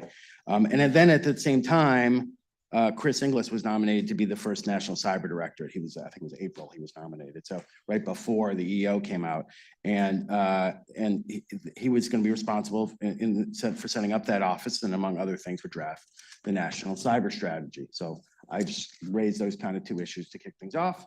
And I'll ask the first question first, and then I'll go over. It's sort of weird now that I've set this up this way, and I didn't really think it all out. But we'll go to Nick first. We'll start with you. And can you talk a little bit about the EO and the strategy and the approach the administration has taken with the strategy and how it was implemented? Absolutely. Thanks, Ari. Thanks to you and Michael for having us here today. Always great to be back at CyberNext and see the whole Cyber DC family together. And I think this is a very opportune time to kind of talk about how the Biden-Harris administration has approached cybersecurity. And the way that I look at it is really three different phases that we've seen. So we came in crisis, as Ari alluded to, with SolarWinds. So a major cybersecurity incident, supply chain attack of the kind that we really hadn't seen of that sophistication before, affecting government and the private sector. And so came in crisis, and the output of that was EO 14028 and an approach that said, we need to really double down on ensuring that the federal government is leading. We need to do that by both dealing with some basic cyber hygiene issues that had not been dealt with, including multi-factor authentication, logging, deployment of endpoint detection and response, and in building in stronger secure software development into how we approach procuring software as the government. But the ink is dry on that EO as Colonial is happening, and we kind of hit the second phase of what the administration's approach is looking at like. So you have one of the largest gas pipelines in the United States, affects 40% of the gasoline that's sold east of the Mississippi River, and it's down because of ransomware. And that really kicked another set of crisis policymaking in place. You saw regulatory action, a through line that you'll see through the rest of the administration. TSA took actions 2 months after that to help secure the pipeline sector, and there's been more regulatory action following on that. There was National Security Memorandum 5 focused on critical infrastructure protection and the cross-sector cyber performance goals from CISA, and the counter ransomware initiative. So efforts to look at ransomware as a real national security issue.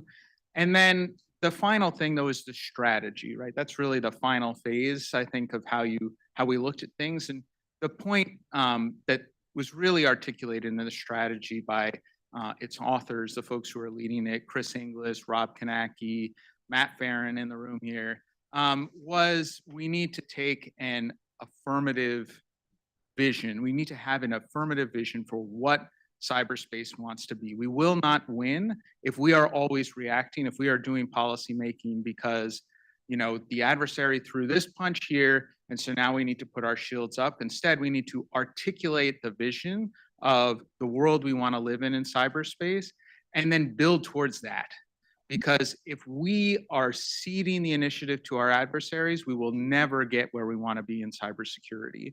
And so when you hear Jeff talk about CISA Secure by Design work, when you hear us in the strategy say, based on that affirmative vision, we need to then achieve actual shifts, strategic shifts in terms of rebalancing the responsibility for cybersecurity to more capable actors and driving long-term investments in resilience. That is all driven by this through line since the strategy has come out of saying we need to get ahead of the issue here.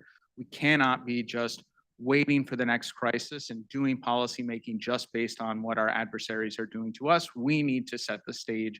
We need to set the rules of the game. And that has really animated, I think, how the administration has approached cybersecurity policy to date. Drennan, do you have any follow-ups on the things that you're thinking on in that? Just, I mean, obviously everything Nick said, I think the strategy really brought to bear probably putting some calmness to the crisis that we felt like we were in when all of the major incidents had happened. But because a strategy will only be as good as the strategy itself, not sitting on a shelf, but actually getting through the implementation part of it, we wanted to make sure that we were clear and specific about how the details of the strategy would actually be implemented. And I think that's particularly important because government can't do this alone. We absolutely need to be hand in hand with industry in doing this. And what we didn't want there to be was like some mystery behind how the Biden administration was actually going to implement the strategy that was very affirmative and very forward-looking was going to be. So we wanted to provide a very specific roadmap and a roadmap that was transparent for everybody, industry, anyone else who is participating, because it really is a whole of nation effort. And, you know, Nick and I partnered up with that for the implementation plan, along with all of the other amazing and talented staff at ONCD to make sure that we put some really specific things in there that kind of make people uncomfortable in the government, right? We put down exactly what we were going to do and when we were going to do it, and then held ourselves accountable to measure against that. And that was really our commitment to making sure that as we're walking with partners down the road to success on cybersecurity, that we were hand in hand. I'll say we also coupled with that because you can talk about the big, beautiful strategy. You can talk about the things that you need to do to get it implemented. But if you don't have the funding that goes along with it, you often will fall short. And so we publish a budget priorities memo every year. When you read through it, you know, we really struggled with like, how much detail do we put in here? How many do we pick? 2 things? Do we pick 8 things? Do we pick 100 things? And we really wrestled to the ground. How do we signal to federal agencies? So the purpose of the memo was to signal to federal agencies, this is what we expect to see in your budget as you propose it to, you know, through the White House and as it goes through its whole process to go to Congress. We wanted to make sure that we got to look at comprehensively what was included for cybersecurity, match it up to the implementation plan, match it back to the strategy, and make sure that as we're trying to calm the crisis phase down, we're really putting our money where our mouth is. So, an arduous process there, but again, we continue to think through how do we work with federal agencies? How do we work with industry to make sure that we're putting the funding behind the actual items in the implementation plan? And because all of us, spend a lot of time thinking about these issues and follow each step of the process, we wanted to make sure people who also participate, particularly our partners in Congress, who don't necessarily have the opportunity to look at every single iteration of all these documents coming out, we decided to publish, and we're required by law actually to publish a posture report. And that's really meant to be the summary of all of the documents. As Nick said, it's a through line all the way through. We told you what we were going to do as a bold strategy. We told you exactly how we're going to do it. We told you how you're going to fund it, but we're going to give you a summary every year to make sure that if you don't have, time to go back to 4.2.1 in the implementation plan, that you can see where it's reflected in some sort of comprehensive way. I know hungered for that when I was working on the Hill. Is like, what document can I read that's, 12 pages, that's 15 pages, so that I can get the gist of what are the major risks, what are the major threats, and then what are the future items that we need to make sure that we're doubling down on. So I would say that's our full package of the through line for the documents that happen from the Biden administration. And then Drennan, back to you on this. What do you think are the major accomplishments that you would point to from the administration? Yeah, I mean- And also what still needs to be finished. So It's an iterative process for sure.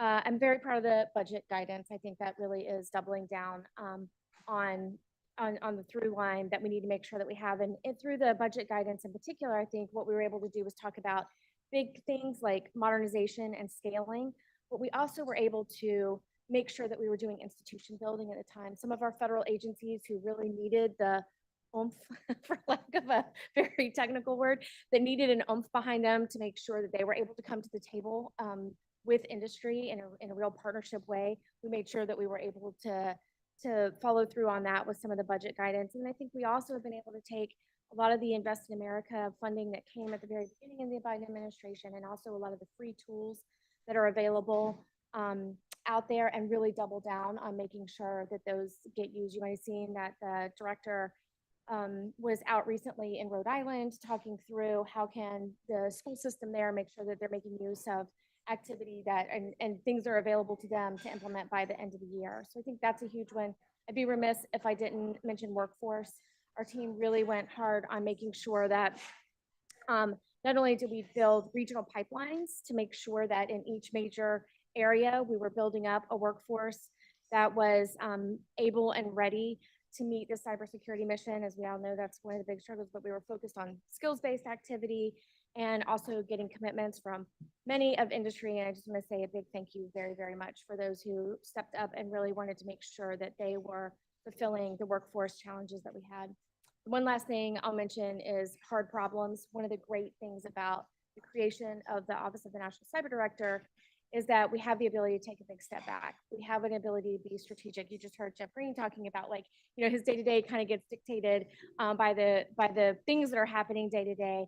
And our ability to take a step back, really think about hard problems where we can eliminate entire classes of vulnerabilities, or we can partner with the national academies to think about what are the really, really tough stuff that 10 years down the road, we wish we had thought about 10 years earlier.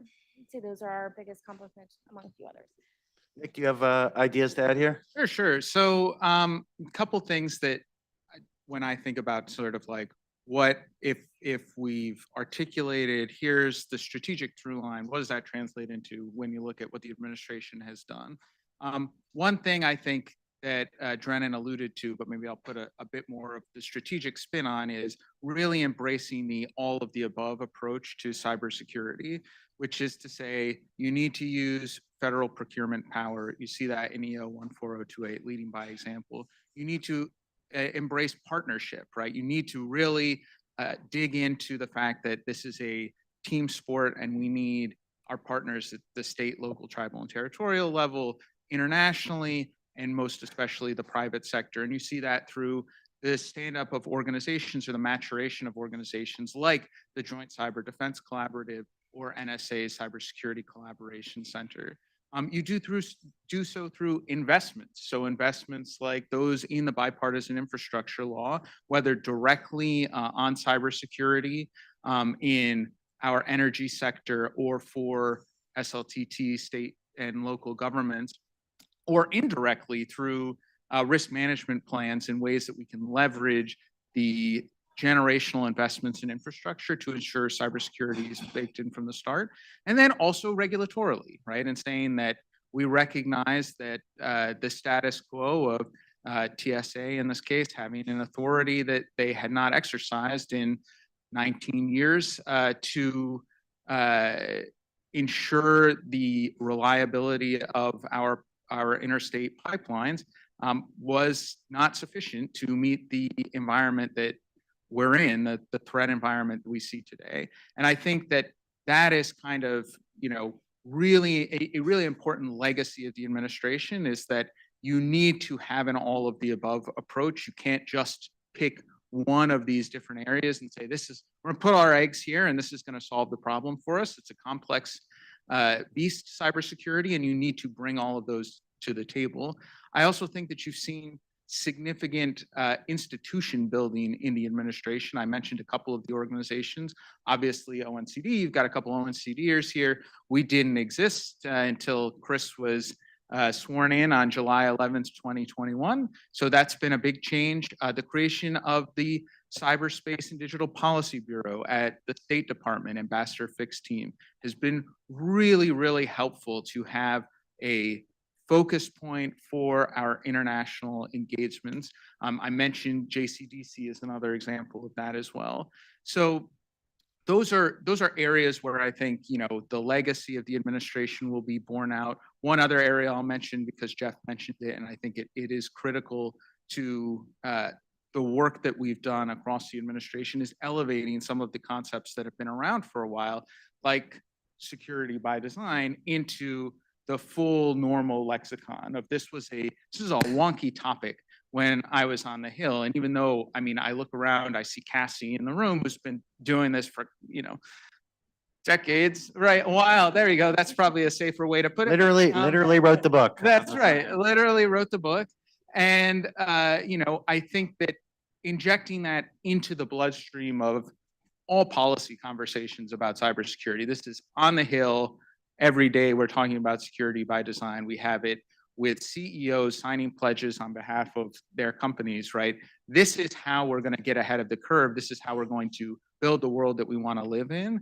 And whether it's on that, whether it's about bringing some esoteric topics like memory safe programming languages or formal methods to the forefront of what the White House is doing, or securing BGP, right? Border Gateway Protocol, something that, I know, Ari, you've been very involved with as well. Like, taking some of these challenges that have existed where we know what the solution is, where we said, oh yeah, critical memory safety vulnerabilities have been, in our top 10 common weaknesses for 30 years. And we have an idea of how to build programming languages that will eliminate that as a class of vulnerability for 30 years, but we just don't have a path to get there. It's not something you snap your finger and fix. It's also something that you can't ignore. And if we are not trying to address some of these root foundational problems, we're not going to get where we need to go.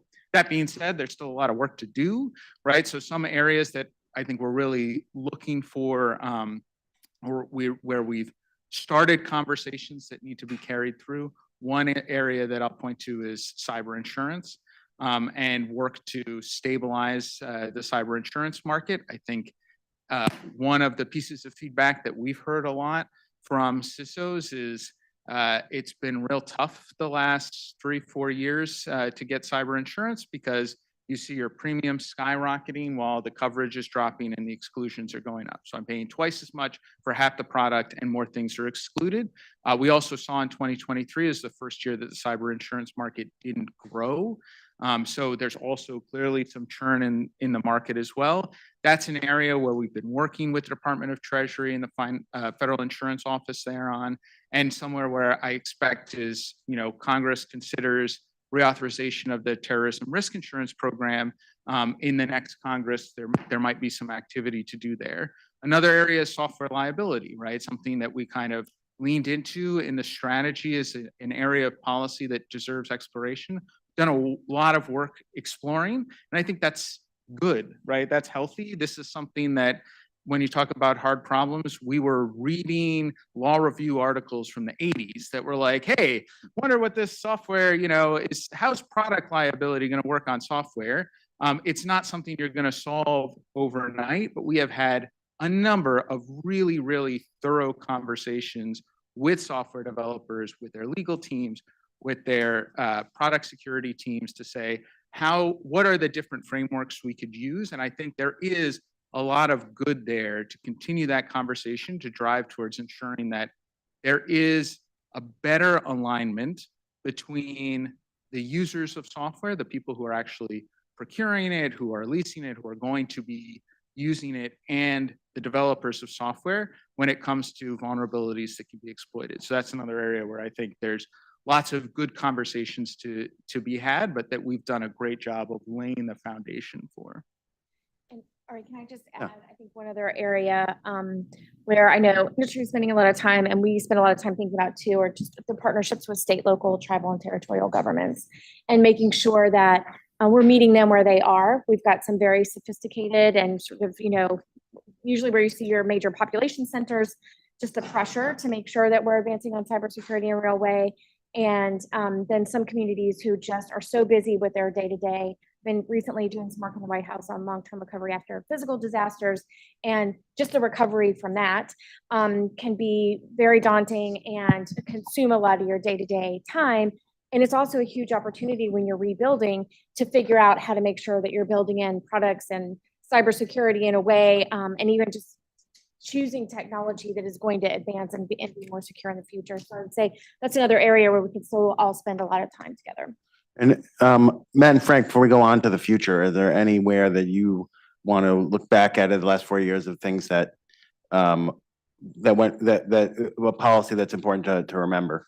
Hey, Ari, not to personalize it, but both Nick and Drennan are two of the most hardworking and dedicated public servants I've had the privilege to work with for a number of years. So good on them in terms of moving this ball and continuing to move this ball. So I think Nick brought the Solarium intent behind the Office of the National Cyber Director as well as congressional intent. And I think really had the wherewithal and the heft to be able to bring that. And Drennan, I think, is responsible for the real secret in Washington, and that's policy without resources is rhetoric. She was able to tie OMB with ONC to be able to start looking at the budget issues. So these are two that I think won't be necessarily on the top of everyone's mind, but they deserve a whole lot of credit for getting a lot done.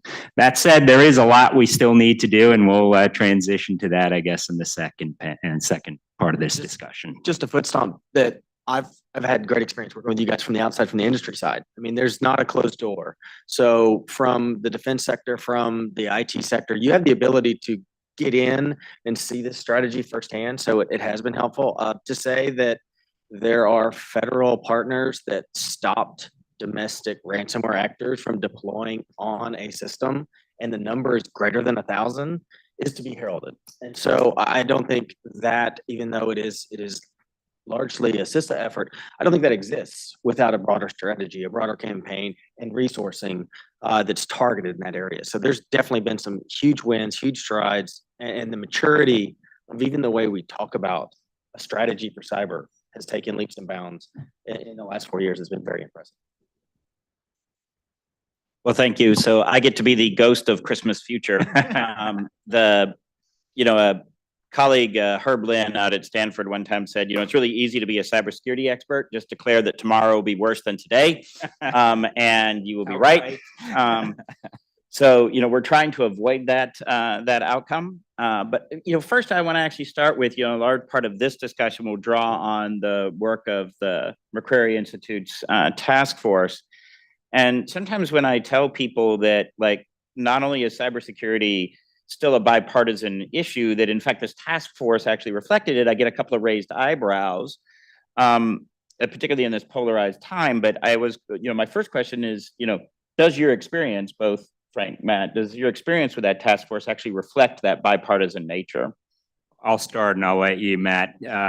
We were very diligent in ensuring that this was a nonpartisan, bipartisan effort. We had the cyber advisors to the last 5 presidents. We released it before the elections, not knowing what the outcome would be because our findings would be the same.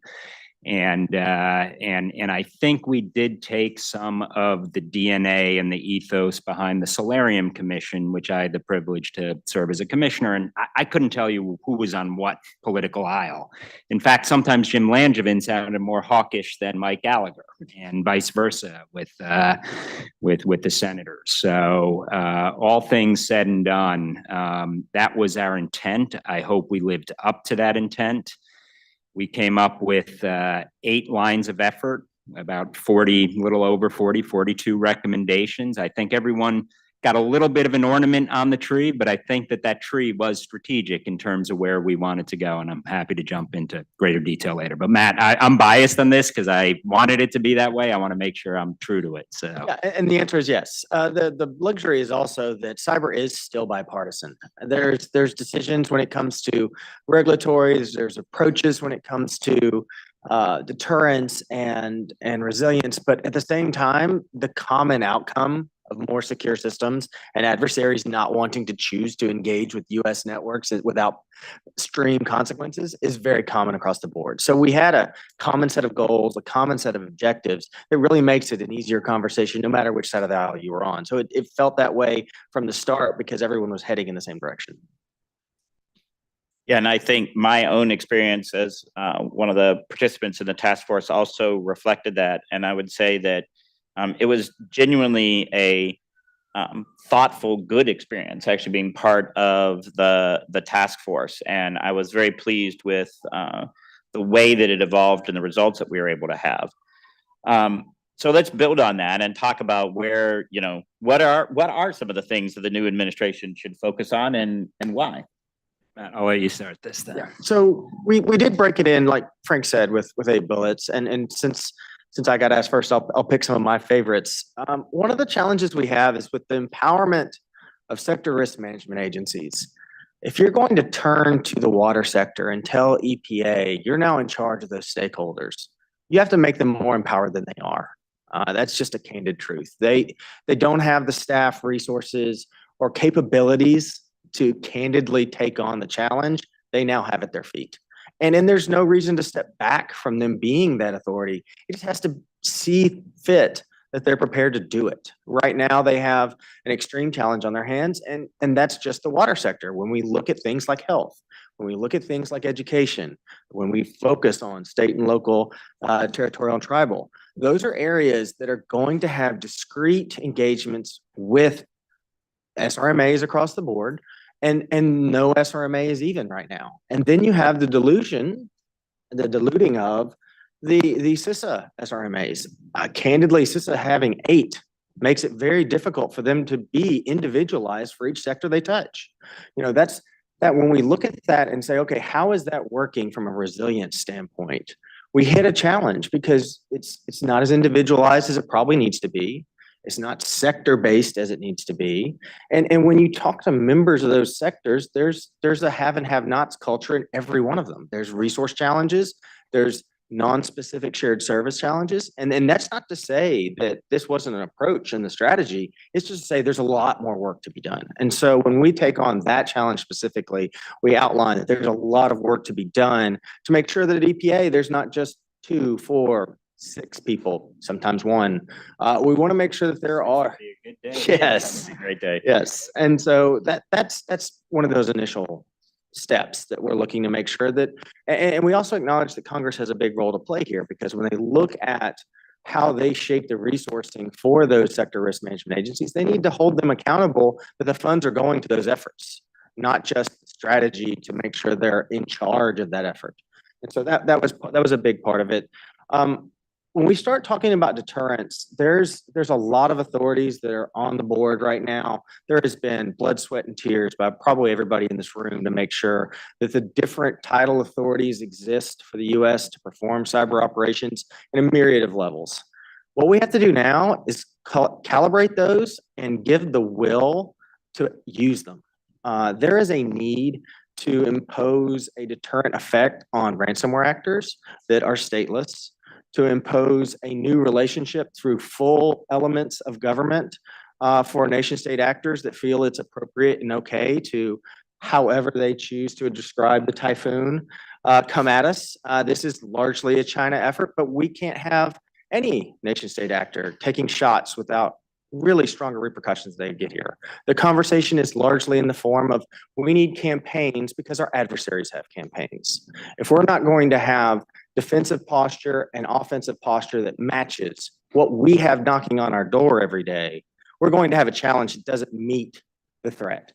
And so we've got a lot to go in that deterrence effect. And so I think when you balance the resilience measures with the SRMAs, the deterrent effect by really leveraging those titles that we have available to us, it takes what we have and builds on it and moves forward. But again, those are my two favorites. So that's why I get to harp on them the most. Well, Matt's much more eloquent than I am. So I double down on SRMAs and I quadruple down on articulating a cyber deterrent strategy, which I'm happy to. And anyone who knows me, I've never had an unspoken thought on this issue. I could go on forever, but I do think within the deterrent, and I'll start with that just because I'll add one or two bits of nuance there. One, we're never going to firewall our way out of this problem. Two, we've been blaming the victim for a little too long now to impose cost and consequence on the perpetrator. Three, we shouldn't have to think up playbooks after we get whacked in the head. We should have full-born playbooks at the ready. No surprise who these adversaries are and do the calculation in terms of what the cost would be economically, militarily, and everything else. Finally, we can't look at it like cowboys alone, but at the end of the day, I do think we need to be able to impose some cost and consequence, and anything to roll back NSPM 13 and its subsequent authorities, I think would be a mistake. That said, we need to do it in such a way that empowers the diplomatic piece. And I do think Nate Fick's role is essential there. And I think he's actually had a lot of impact. I was big proponent of the Cyber Diplomacy Act when Congress was trying to move that. I've testified on it many times, and I'm happy to see it's actually bearing some fruit and hopefully continues to bear some of that fruit. A couple of other things, regulatory harmonization, something I know Nick at the National Cyber Director's Office was elevating and advancing across the interagency. That is something that I think not only needs to happen, I think politically the appetite is there to finally make that happen. And it has had a regulatory, I think we've had a bit of a compliance mindset. We got to make sure that we don't fall into that trap, but at the same time, we make sure that there's some carrots and some sticks to be able to get companies to start moving the ball on this. Two, in terms of public-private partnership, to me, it's all about collaboration and operation. Enough for the discussion. Information sharing is important. I think I wrote my first article on that in the 90s. So the reality is we need to go from admiring problems and acknowledging problems to actually addressing the solutions. And to me, that's very much focused on the operational collaboration side. How do you take JCDC, make that a little more real? How do we take some of the NSA efforts with this 333 and make that a little more real? There are a couple of other efforts. DOE is involved in, Department of Treasury is involved in Project Fortress. Anything that we can actually do to move the needle, because this is all trust. We all know that. It takes a long time to build, can evaporate in nanoseconds. But if you don't do the reps, you're never going to get you're never going to improve during game time. And I think that is essential. And then I'll leave it at that. We had 42, so you don't want to hear from me on all those. And let me just underscore that Michael was essential, as was Matt. And Michael's the one who ultimately it clicked. He helped us actually come up with those 8 lines of efforts, because we had literally at one point, what was it, 420 recommendations. We had to neck down to 42. So not an easy effort.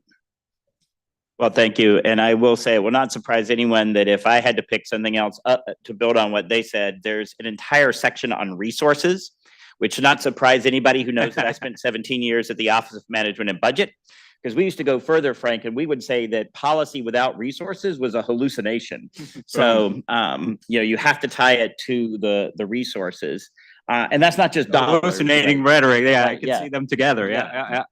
So, but I think, one of the, and I should say, get ready in the audience because we'll leave a little time for some questions as we come towards the end of this. But I do think that, you just made a reference, right, to writing an article from the 90s. One of the most depressing things you can do is go and read old cybersecurity reports and look at how many recommendations are still left undone. I think so one of the questions, and I would open this up for all of the panelists, is, how do we actually break some of the policy deadlocks? What are some of the things that we should think about in order to actually make some different kind of progress? Because we all recognize that we fundamentally don't live in the kind of world that the digital ecosystem is not what we want. And so how do we break some of these policy deadlocks that we've had for some time so that, in 10 years when one of Frank's students looks back at this task force report and they're like, wow, we actually did all of that. How do we change that dynamic? Michael, that's a great question. If I had the answer, I'd be very happy because we have been writing since the 90s. But let me say part of it is an inside the beltway exercise. And when you look at some of the regulatory harmonization issues in particular, I think you will see momentum around that. I think a big thing coming, and I don't think we have figured out the consequences for that, but it's looking at a post-Chevron deference world, which I think will have significant implications. And Ari and Venable, they've done some fantastic work there. We've had them on our podcast to discuss that. I think that's going to take on new salience, and it's going to have more impact than I think people realize. So that's not a traditional executive branch or legislative branch, but you've got judicial branch that doesn't necessarily have the wherewithal to fully address these issues, but with that comes opportunity. Secondly, on the harmonization issue in particular, and I don't want to put Nick on the spot, but the reality is ONCD should be empowered to look at that across the interagency. They weren't. They should have been. At the end of the day, if you've got regulations coming out of SEC that don't align with those coming out of CISA and Congress and CERCIA, you're basically creating a big quagmire and headache for industry. So I think some unifying there and some focus on that could get us over the goal line. And then finally, don't underestimate the private sector in all this. There still is an ethos in Washington: government lead, private sector follow. That's doomed for failure if that's our continued approach, because quite honestly, industry is going to lead on these issues and government better catch up and enable it. I would add that politics local and politics around the world have a play. I think that, we don't want to leave with the need for a disaster or a need for an incident to react. I think we have enough already. I think that as we bring additional boots to the ground and feet to the fire over the existing incidents and existing challenges we have afoot, I think there's the opportunity there to change the shape of that conversation into, this is why we haven't done better in the past. This is why this conversation is hard. If we take down some of those barriers and approach them from a more policy empowering, sometimes policy destructive approach, you do get some change through that. So there's a bit of a challenge when your world's a blender, but it also gives you the opportunity to reset things. Yeah, I'll just kind of double down on that and say two words come to mind with that question, and that is measurement and messaging. And I think that's sort of a theme that we've heard throughout today. I think that's something you see ONCD already leading on, and that needs to be continued. And what I mean by that in messaging is making sure we're taking the right message at the right level of technological discussion to the right groups, right? Congress might not get down into the details of, BGP details, but they will need to know, because they are the ones who are going to decide how much money is going to go where, what that means. And that's where measurement, I think, comes in as a huge important thing. in terms of making sure that we're able to demonstrate the progress. When I was on the Hill, it was sometimes frustrating to feel like the conversation was, we need more money for cybersecurity. We were doing this thing before, and now we're doing this thing. And I couldn't always connect all the dots through what the long-term vision was. It's the reason I came to work at ONCD, because that's what our job was, is to paint that picture. And I think making sure that we can articulate through the messaging in the right way, at the right level, to the right people, what exactly we're doing through measuring it in some sort of way. And it doesn't mean it has to be every widget, but it does have to be something that makes sense so that we can show progress or a reason for a change in direction.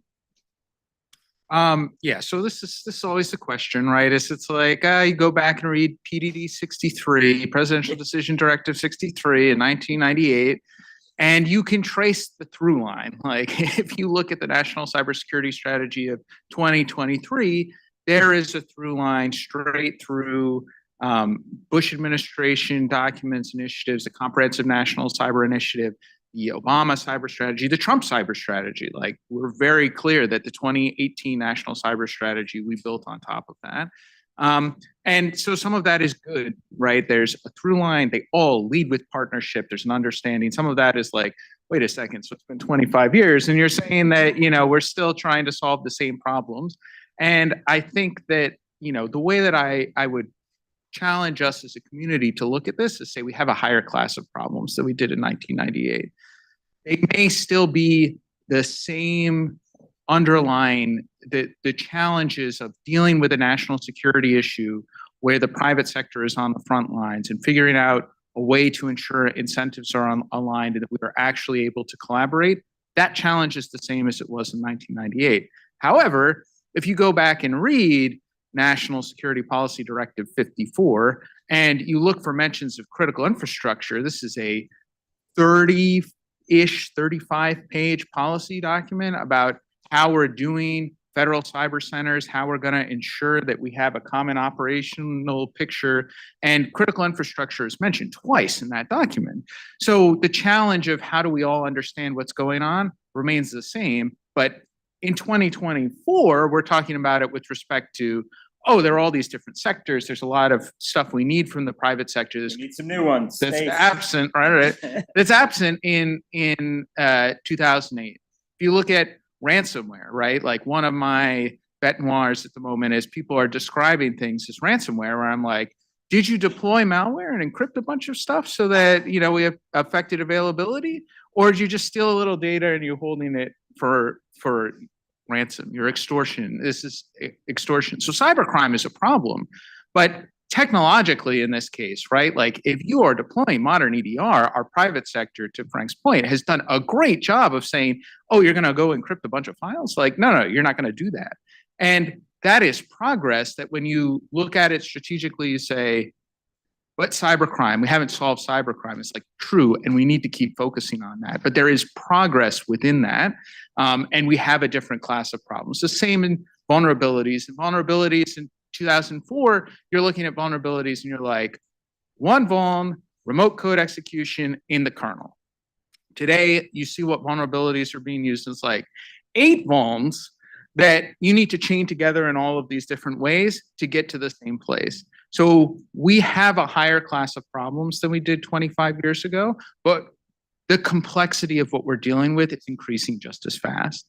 So when we look at what is being connected today and what the attack surface is today, it's increased as well. So what's important for us as a community, right? I would challenge us all to keep in mind that, yes, the challenges are very real. Yes, this is one of the national security risks that we face, economic security, public health and security risks that we face that is not fully managed, and that is very concerning. At the same time, we are making progress, right? And part of the reason that it can seem like we're treading water is because of all the technological progress we're making things harder on ourselves. But we're doing so and we're unlocking great potential for our economy, for our citizenry. So, that all needs to be balanced. A couple other points of progress that I would point to, just reacting to like the Sector Risk Management Agency point and maybe work that still needs to happen, is making sure we bring Congress in. Because, if you look at EPA as a good example, EPA for their sector risk management agency function and for money to help SLTT saw basically a 200% increase in their FY25 budget request, as well as for the first time, 25 million in state and tribal assistant grants in the budget request to help public water systems protect themselves. That has not been funded. Now, obviously, we don't have an omnibus yet, but if you look at the reports that have come out, it has not been funded yet.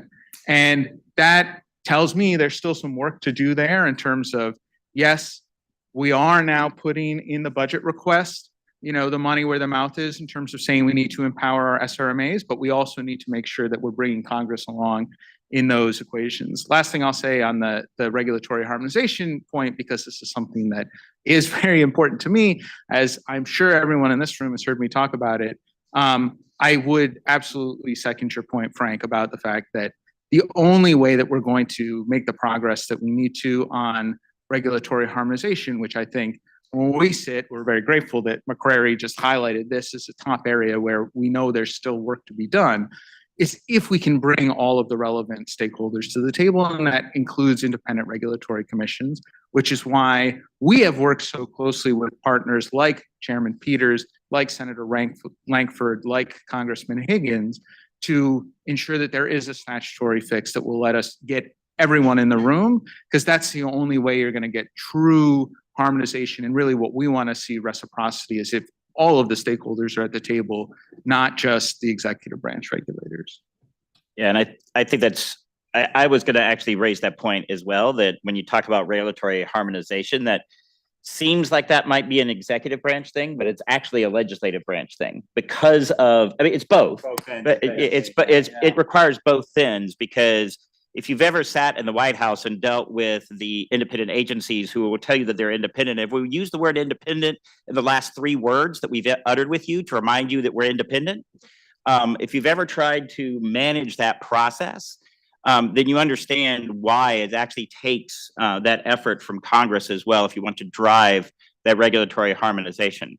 I will also say, I view it as also incumbent upon industry, and that's why you're saying, it involves all the stakeholders, because I think it is much easier for policymakers when you can have somebody from industry that could actually come and say, here are the 14 frameworks that my company is actually subject to.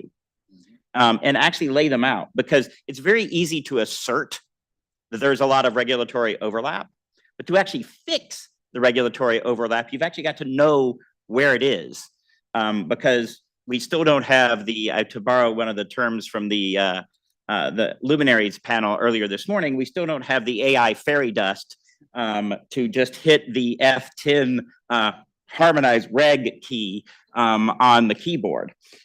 So we actually have to go through the hard bureaucratic process of identifying where those regulations are and how they interact and why they cause a problem.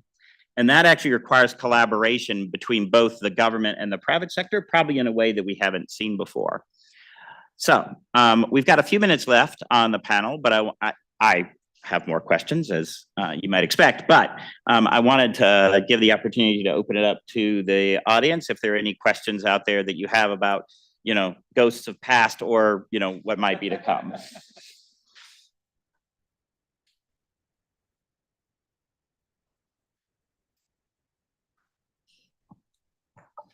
Hi. So I actually have 2 questions. And the first question I have is that, we've spoken a lot about critical infrastructure and extremely important, but there's a big portion of our market or the money that is lost, like almost $1 trillion to scams, right? So how do we see policies which are going to favor the consumer as well, prevent us from losing that much money? And like, for example, what are we going to do about cryptocurrency? How is that going to, that seems to be the big thing that the next government is going to be thinking about. I don't know what they're going to do, but, so I would love to hear your thoughts. And then I have a second question. I'll boldly step on that one. So the challenge we saw come up, I'd say about 17, 18, was largely around the economy for bad actors growing and it becoming rewarded for these types of activities, whether it was phishing scams, whether it was formal ransomware, whether it was just general causing trauma to enterprises across the United States. So there was a lot of cross-government effort to take on the economic freedom that belt. So if there was a cryptocurrency mixer that was known to be set for bad actors, that was targeted and it was worked with by their home countries. There was regulatory affairs that were coming after it. It wasn't fast, but it existed. And so there are muscle memory that's continued to evolve to take on that. People shouldn't be getting rich off this problem. It is by no means fixed, but it is also by no means gone off the radar. I would say that it's as cryptocurrency goes up and down, almost as you watch the Bitcoin ticker, it becomes more incentivized with the value of each coin because there's coins out there in circulation that are in the hands of bad actors. But that's something that emerging technologies like cryptocurrency shouldn't have to bear the full brunt of the criminal aspect, but the criminal aspect should be dealt with. And so there is a stern interest across all of some of the independent regulatory agencies that want to maintain their independence at all costs, that will make sure they do their part. But we see things like the NCI JTF, and we see areas where whole communities of government are coming together to address this. You're not going to see those on the front page of any newspaper. I will tell you they are working diligently around the clock on this. That's not going to change, and it's going to be empowered no matter who comes in the office to make sure that stays that way. Just one little plug. We're coming out with a short report next week looking at flipping the economics because right now they do benefit the attacker, not the defender. And there are some steps that can be taken. And another plug, Michael and I had a good discussion on our on this particular issue because right now the model is flipped and it needs to move, I think, in another direction. But I'll actually follow up on Matt's question because it gets to one of the questions I was going to ask and something we discussed before, Matt, which is progress made on information sharing, right? I mean, I think that what you're talking about is a really good example of private to government sharing and government to private sharing and private among themselves sharing. And we had Jeff talking before about government to government sharing improving. How have we seen those things improve? I mean, in this space and beyond, in the last 4 years, last 8 years, maybe even. Is there concern about the reauthorization of System 2015 that sort of put some of this into place? I'll dodge the System 2015 for a second. The quick answer is that there has been a lot that has changed in information sharing, even though some of the mechanics stay pretty true. When we talk about having ISACs and sector-specific councils and basically communities of interest working together to solve hard problems, that's not candidly new. But what is new is 2017, 2018, DHS/CISA is putting out reports that say Iranian actors might do X. These were families of techniques, but they weren't very specific. They were just kind of making sure you were aware that the Iranians were doing bad things. Now we're talking about known and exploited vulnerability lists that indicate not only are these vulnerabilities potentially exploitable, they are being used by actors in the wild. So that was a move that was there. Now, what I will say is that from industry, especially from overly and some parts regulatory in a sweet spot, you have a challenge where you feel like the people who are going to hold you accountable for challenges from nation state actions in the cyber world aren't necessarily sharing all the information they may have about those actors. It makes it very difficult to feel like it's a one-sided engagement. That said, with the defense community and working with the CCC and with the JCDC, if they know something, they're going to reach out and let you know, but that's usually after they're on your wires. Usually when you have a door knock, you have somebody coming to say, you've got a problem. Where industry is looking for an improvement is internationally, the Hunt Forward efforts have produced a series of tactics that are going after this internet-facing device. Oh, by the way, wink, wink, nod, nod, we know you have 6 of them. These are the ones that need to be patched before something bad happens. So it's akin to what we're seeing with the ransomware pilot because that's really what they're doing, but it's just not easy to scale. It's very intensive on both technical hours and response. But that's kind of that goal of where information sharing isn't just strategic, it isn't just relationship, it isn't who to call, it's tactical. There are bad actors in the globe that are doing these things. You, critical infrastructure, systemically important critical infrastructure, you have to mitigate this. And you have any help you need, you better ask for it, but you've got to do it now. And so that's that future space when we talk about kind of burden sharing. It's both on the government to really educate industry where they know there's vulnerability that's being targeted. At the same time, they have to be able to explain it in a way where industry knows how they can communicate for additional resourcing and help, other than just give me money, give me grants, give me shared services. So I think that's where we're actually mature enough to have that conversation now, where we weren't 6 years ago. But we had the steps we took to get there that have benefited us the whole way.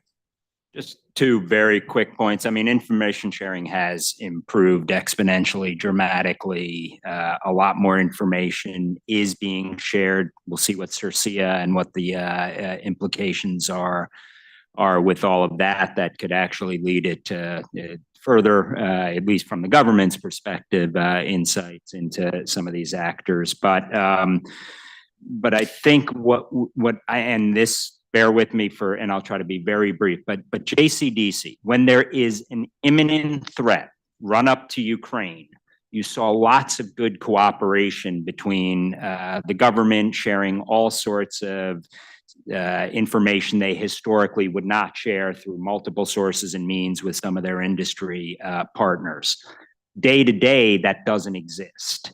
What could what we see in an imminent threat look like in a day-to-day environment? Because I am convinced you don't move forward unless you share the pain and the benefit of what's going forward here. And I think we're good when we know something bad is about to happen or we just got kicked in the teeth. To me, that in itself is not necessarily the way you get moving on a day-to-day environment. So what would that look like?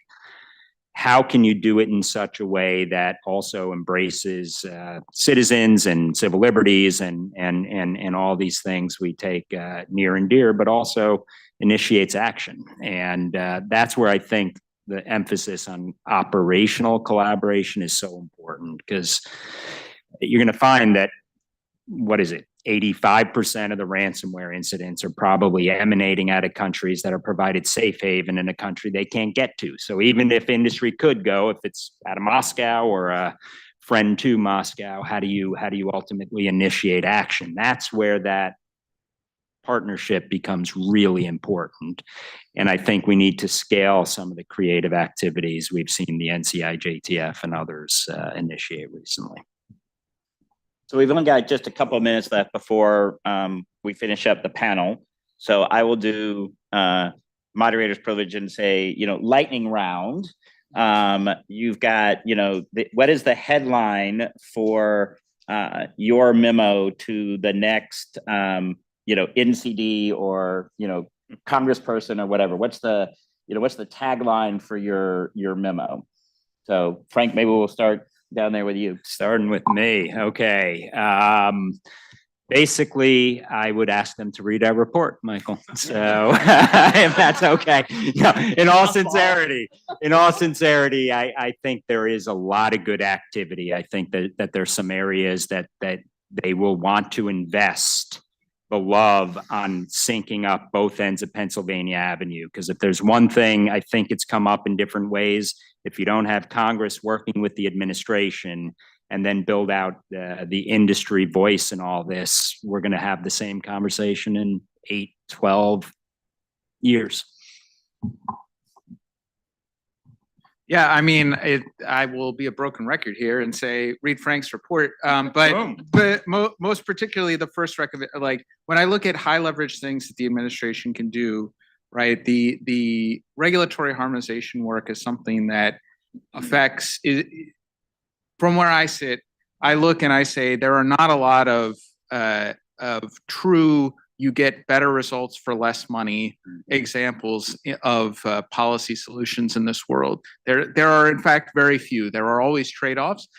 This is one of the rare cases where the trade-off is entirely within the government, right? Like the trade-off here is a coordination problem inside the government to get to a more harmonized and more harmonized regulatory regime with reciprocity, where you can reduce compliance burdens. So if you are a critical infrastructure provider or you're in the supply chain of a critical infrastructure provider, you spend more of your time and attention that right now is going to compliance on actual mission, while at the same time getting better results for your cybersecurity. There are not a lot of things that look like that. And it is a challenge, right? Like I cannot understate the challenge of bringing all of the disparate regulatory agencies to the table. And in fact, without Congress, it's pretty much an insolvable challenge, but as something that would be high on my list of something that I think maintains a lot of great bipartisan support, that would be. Can I just add one bit to that? Because it is a down payment to the real or perceived trust deficit as well between government and industry. So I think it is one of those very rare win-win-wins. And I think it should be something that the next administration prioritizes with Congress. Because they can't go in with everything. Brennan?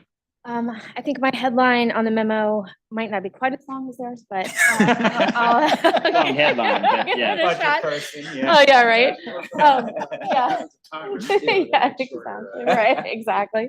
I mean, read Frank's report, but also I would say just be fearless on continuing to build on all the work that has happened up until now, not just this administration, which has really changed the direction, I think, of the conversation, but all the ones before that that emphasize information sharing. I mean, Nick said, you know, we've been building on this since the early 90s, and like the through line doesn't need to change, but being fearless on continued implementation, making sure industry is hand in hand a partner, and making sure you're messaging it to the people at the level that they can understand it and act on it is important.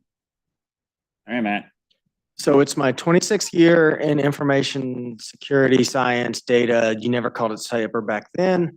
I will tell you, I've never seen it the belle of the ball. I don't think you ever will. So I think the challenge you have is that as much as I would like to have the memo have a header that is cyber-centric or even AI-centric, my strategy is to make sure that everyone who has top priority national security and economic outcomes, systemic goals that are going to come as a product of the White House, the answer is you can't achieve them without these components of the digital domain being preserved, protected, or defended through resilient means.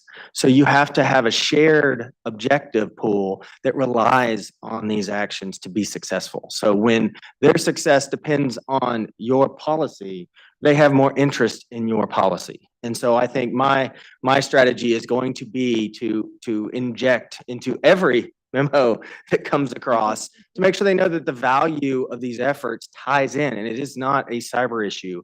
It is a national and economic security objective and outcome. And that is where we play in that digital domain, the same as land, sea, space, and air. And so I think that's where you have to really do that fight. I would love to say we could have that conversation over a dinner table with cyber. It's never going to happen, but people would love to hear about how we're going to have better prices, more resilient economy, and things the like. Modern realpolitik, love it. Excellent. Well, join me in thanking our panelists for the great conversation.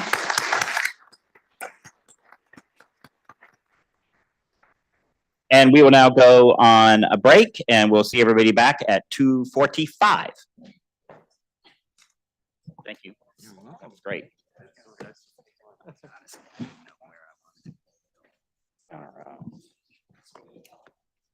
Yeah, I wish. I can't even get my kids to see, man. Yeah, although, it is funny, I was. It's getting better. No, it is getting better. I was going up the stairs the other day, and my kids all now have all these other accounts. Oh, yeah, that was great. And after my guys' honest read, What kind of lousy password is that? and I was like, okay, so they are listening, but it's the truth. Very flattering.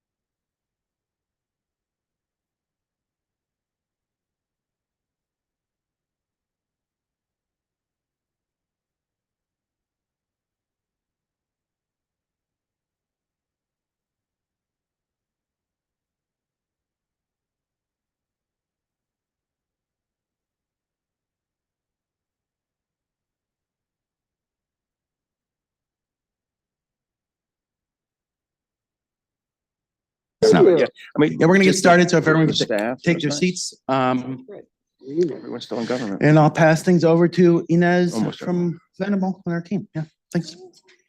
Thank you, Ari. Hello, everybody. My name is Inez Jordan-Zub, and I'm a program manager here on Venable's Cybersecurity Services team. I'm really excited to be moderating this panel on the Office of the National Cyber Director's roles and responsibilities. We're really fortunate to have 4 esteemed panelists here with us today, representing perspectives from the office, present and past, as well as perspectives of those in the White House who've worked with the office, and their perspectives of one of the key individuals who helped initiate the office's creation. I will selfishly make a plug. The Center for Cybersecurity Policy and Law recently released a paper outlining a vision for the new administration on how the Office of the National Cyber Directorate can be enhanced and strengthened. We have copies at the check-in desk, so please grab one on your way out. And before we begin, I will let our esteemed panelists introduce themselves, starting with Steve. Hi there, I'm Steve Kelly. I'm Chief Trust Officer at the Institute for Security and Technology. It's a think tank focusing on cyber and tech policy issues. And I previously served, I'm a retired FBI agent, served a couple times on the National Security Council staff, and most recently in 2023 under Ann Newberger in the Cyber Directorate for domestic and incident response types of issues. So worked very closely with ONTD. So looking forward to the conversation. Hi, I'm Julie Klein. I'm a senior director at Palo Alto Networks. I'm a new employee. I recently was at ONCD for about 2 years, and before that was a longtime Hill staffer. Thanks, Bart Montgomery. I'm at the Foundation for Defense of Democracies, probably here because I ran the Cyberspace Solarium Commission. Real pleasure to be here with Steve, Julie, and Philip. Hi, Phil Stupak. I'm the Assistant National Cyber Director at the Office of the National Cyber Director in the White House. My remit covers government partnerships. So essentially, if it's a government system, it's under my responsibility in the office, from international to federal cohesion to state, local, tribal, territorial. Historically, I'm from the Department of Homeland Security. We were first arguing about roles and responsibilities within cybersecurity. Thanks all. And now, just to begin with a little bit of level setting, I'll turn it over to Mark for some context on the origins of the office and why it was created, and hopefully some context on the great work of the Solarium Commission and the 2019 initial report. Thanks. Glad to be here. What I'll say first is, if you were to ask like one of our commissioners, like Angus King, he'd say, and any other legislator, they'd say, because in 2019 in cyber, we did not have one throat to choke. And that was his, general line, that I have no one I can hold accountable when something stupid happens, or when something I don't understand happens, or when I'm trying to figure out what an adversary is up to or what our own industry is up to. There just wasn't one person in the administration you could go to. Whereas if you had any military issue, you could call Lloyd Austin up and he would come. Now, there might be like 4 people behind him slipping him notes because he's not supposed to be an expert on everything, but there was at least someone. And then I think also Representative Langsby would say, hey, I'm asking for one assessment. He had positioned himself on armed services and homeland, and he would ask the same question in each one and get very different answers, from the administration official. And he said, this is ridiculous that we can't have one answer to these questions. So that's what initially drove it. Inside the commission, there's a big debate between, a lot of us had worked on an NSC before. I worked for a guy named Dick Clark for 3 years. I'd say Dick gently didn't believe in, sharing power. So we knew it'd be hard. Frank Salifo argued a little bit this was going to be hard. And some of the experts we'd brought in, like Jamil Jaffer and others, had argued against it. But, after a while, I came around to the conclusion, and, obviously the commissioners made the decision, but probably we as a staff drove it, that the current system was non-functional. That cyber had become this very significant threat, and that the White House trying to run it in a with small staffs inside the NSC was not the way to strategically manage this problem, either in terms of preparation, initial incident response, or recovery. It doesn't mean the White House didn't play what would end up being the National Security Council doesn't play an immensely important role. It just couldn't do all those 3 roles well. So based on that, we then started to write the legislation. the legislation we wrote got through about 95%. Now, the reason it got through is that the Trump administration kind of figured they'd do a signing statement, which is hard to do if the president vetoes the NDAA. So we got this very lucky thing where there was no signing statement because the president never, as you probably know, the veto was overridden. And we, for only the second time in like 68 years, we passed an NDAA over a veto. But so uniquely, you had no signing statement saying, I'm not carrying out section, 1, 2, 3, 4, that's the National Cyber Director. But I will say though, and we'll talk a little bit later about INSA report, the 1 or 2 trades we made were painful trades. And I think they weakened the office in a way that I wish we could get them back. And I also would say many of the things that are mentioned in the report that was that Ari wrote and that is being advertised, I 100% agree with. I wouldn't disagree with any of the major findings. And I think that all of these things were things that we considered and were either in the draft provision as it went through or were kicked out so early you couldn't see them in a draft provision. So I like this. I actually think, I'm not worried about, final thing I'll say in this is, I don't worry about the National Cyber Director office. I'm from the school of like, eventually in DC, when you plant your roots and you just keep going, you eventually grow, to the point where Elon Musk wants to try to cut you down to size, right? And NCD is nowhere near that now, but it's got roots and it'll continue to grow. And I'm not worried that this is going to continue. The question is, how do we make it the best thing it can be?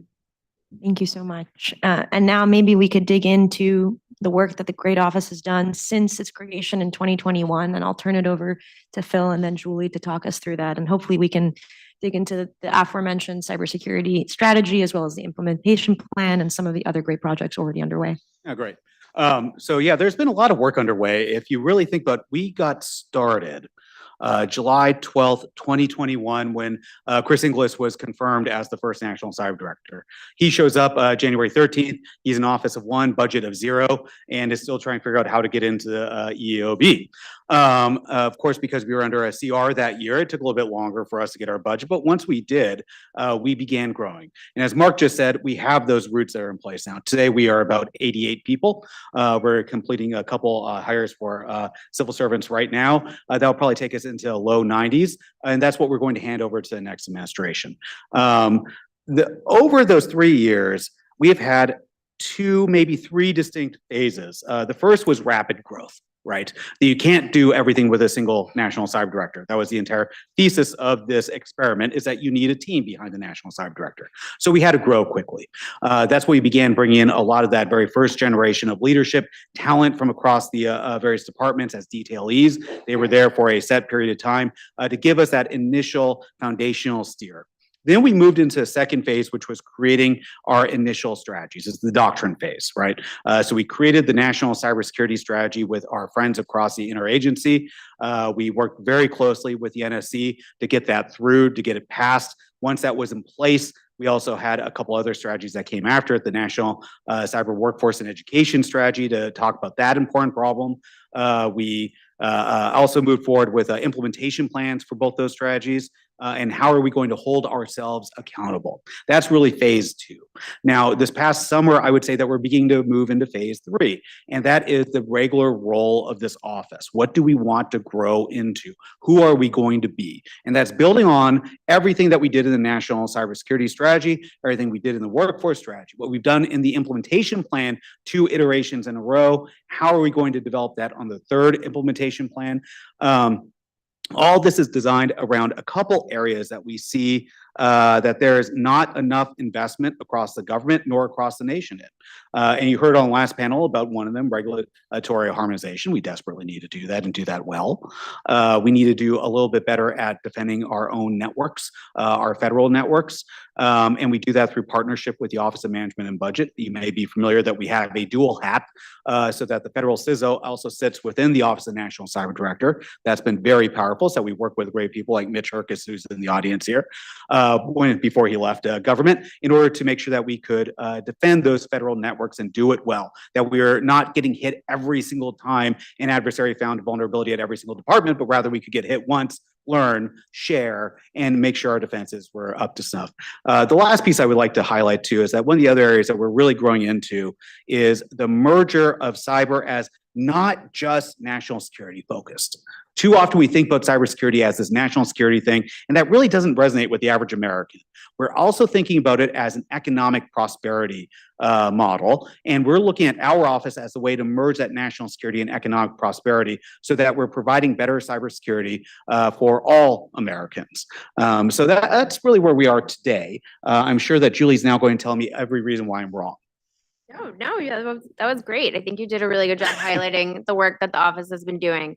And I think standing up a new component within the White House is no small feat. So that took some time to build into the infrastructure that already existed, both in the White House and in the broader executive branch. And I think one of the things that ONCD brings to the ecosystem, part of its value add, is that it is a big staff with dedicated appropriations, and it has the ability to look at some of those longer term problems. So ONCD doesn't have to jump from crisis to crisis every time a conflict breaks out. They can think about those things that, the lessons learned from some incident response and how to move forward with those teachings that are coming from that. They can think about some of those longer term problems like BGP, regulatory harmonization, memory safe programming languages, the workforce, how to engage the national workforce in cyber issues. So I think that's one of the value adds that ONCD really brings to the ecosystem, and that's part of the work that they've been doing. If I could just jump on one last point there that you just reminded me of, Julie, which is that we're fundamentally populated by career civil servants, which means that we do not have people who leave every 2 years. And that means that we get to avoid having Christopher Columbus moments. Just because it's new to you does not make it new to the world. We have some experience here. We've seen these things before because we don't have detailees making up our workforce. So I'm going to have to intervene here. There's a little bit of hagiography on that. You are 88 people. You're going to be 47 people after January 22nd. But Deb Graves and I had a conversation over the weekend, so I'm pretty close. And that's a mistake. White House PPO, that's the personnel policy at White House, is normally an evil, demonic organization. But even by their normal standards, they screwed NCD hard. And they did it so they could grab the money and spend it on the president's task force on something that Congress didn't want to give them money on the president's task force. And we know they did that 3 or 4 years. And it's completely inappropriate. What they did also was put way too many Schedule Cs in. You actually have close to 40. You have 10 Schedule E's, or Schedule A's, I'm sorry, and those 50 people are generally going to walk. The whole principle behind this was to have 20 Schedule C's max. So you'd have 70 people stay and 20 go. We screwed it up. And this PPO screwed it up. I'm confident the next PPO will screw it up if we let it, because that is a PPO function, not a partisan function. Well, White House PPO is ludicrously partisan, but it's not a Republican Democrat problem. It's a bipartisan nature of the beast. And good leadership is going to be needed to kill it. I'll say one other thing, and I'm going to wait till Steve goes before I say the other big problem they had. But I'll just say generally, this personnel thing got screwed up. They're great. That doesn't mean they're not great people at NCD. They're the wrong, color of money, to use a DoD terminology. And we really need 50 career people, 20 detailees, 20 Schedule Cs. And if we had that, it'd be a powerful organization on January 21st, because it'd be one of the only 70-person organizations up, running, and going. And then the final thing is you have to have some of your senior people. I generally understand what's the devolution of control that's going to happen on January 21st, and you guys have screwed that up. I mean, and I don't want to get into the personalities of it, but you've left it with someone who would acknowledge they're not the right person to lead it. But that's because we put too many Schedule C people in the top jobs. So there's a problem coming. In other words, I'm pissed about 4 years, but I'm going to be pissed again in about 3 months. When we devolve back down, that was the whole idea here, was not to let that happen. Thanks. Sorry. That's okay. We're going to get into, I think, some of the constraints and challenges that the office has faced. Thank you for surfacing some of them. I'm going to turn it over to Steve. Historically, the National Security Council has led policymaking in this space. This was further supported by the creation of the Deputy National Security Advisor for Cyber and Emerging Tech, which has been led by Ann Neuberger over the last 3 years. I'll also make note of the more operational agency, CISA, What challenges has ONCD faced in working with folks like you when you were at the NSC? And we'll get back to the other folks on the panel with their answers too. Is you're going to force me to say it, then Mark can Yes. layer on. What I will say, the vision that Mark articulated at the top has absolutely not been realized to date. But as you raised about policymaking, it's absolutely true. In the cyber topic and many other topics, the apparatus for making policy within the executive branch, oftentimes, and things that are relating to national security and homeland security, is happening through the National Security Council staff and the National Security Council system. I will kind of go back to the original text of the statute that created the National Cyber Director's office. And I know, Mark, for the folks that were on the Slayer Commission that were working on this and kind of writing some of this early text, kind of dancing on the pin of a head of a pin, trying to balance, equities and such. But it does not establish, as I can read it, a policymaking role for the ONCD. In fact, a particular paragraph says offering advice and consultation to the National Security Council staff, the Homeland Security Council staff, and relevant departments and agencies for their consideration relating to the development and coordination of national cyber policy and strategy, including the National Cyber Strategy. And then it goes on to say that the National Cyber Director's Office will lead the coordination of implementation of national cyber policy and strategy, which is interesting. And so that's a very clumsy turn of phrase, but it does not clearly articulate that policymaking now with the National Cyber Director's role needs to shift from the NSC system to the ONCD to be worked there. Now that is in kind of conflict somewhat with the top line role of the National Cyber Director as the where is it up here as the president's principal advisor on cyber issues. So it's like, well, which is it? And so I think ultimately what we need is that there are a number of roles that are happening within the EOP and with other department and agency heads that have responsibility for pieces of this problem. And one of the problems we have is we have a lot of chiefs in cyber. You've got the CISA director, very forward-facing role, the director of the NSA and commander of US Cybercom. Oftentimes the director of the FBI is talking about things that are happening. Depending upon what incident of the day is happening, you might have folks from Health and Human Services and other places. And so it does cause one to wonder who's in charge of this topic. And so I think the rationale is strong for having kind of a single unifying voice, on these topics. But if I were to break down what are the things that need to happen and then figure out how does the system make those work, we just talked about policymaking. So things that implement laws and such as executive orders and presidential directives, which have typically been worked through the NSC system. But then you also have just the general day-to-day stuff like a common operating picture across a bunch of different departments and agencies that have different missions, from intelligence to military to law enforcement to economic. And then planning. And I have seen the ONCD do lots of planning work, the workforce strategy and the national cyber strategy. Actually, that's an interesting one. I'll talk a little bit more about that. But in terms of policymaking that is germane to national security and foreign policy, there's unless somebody changes the system through, or this next administration changes the system in implementing this through an executive order, in all likelihood, that's going to continue to rest within the NSC system under the Assistant to the President for National Security Affairs. And so we will have to see. I think that there's a lot of opportunity in the planning space, almost like if you were to imagine the ONCD acting as a bit of a joint staff on cyber issues for the interagency. But does the joint staff set policy? And we can talk about that. It's more of implementing the president's policy, and where does that happen? So I think there's a number of pieces, and we're going to be getting into incident response and incident response coordination as being an example of something where there very well might be a lot of opportunity space for ONCD and the National Cyber Director to act as a mission integrator. So I'll stop there. I have to push back a tiny bit here. Look, the reason this happened, let's be clear, any law can be manipulated by the executive branch, and it's done routinely. Your hope is that they would implement the intent of it, and I think people that were appointed in the National Security Council who chose to not implement the intent of it, period. It was and part of it, I'll give first of all, the people who removed, this is across two administrations, the Trump people removed the policy.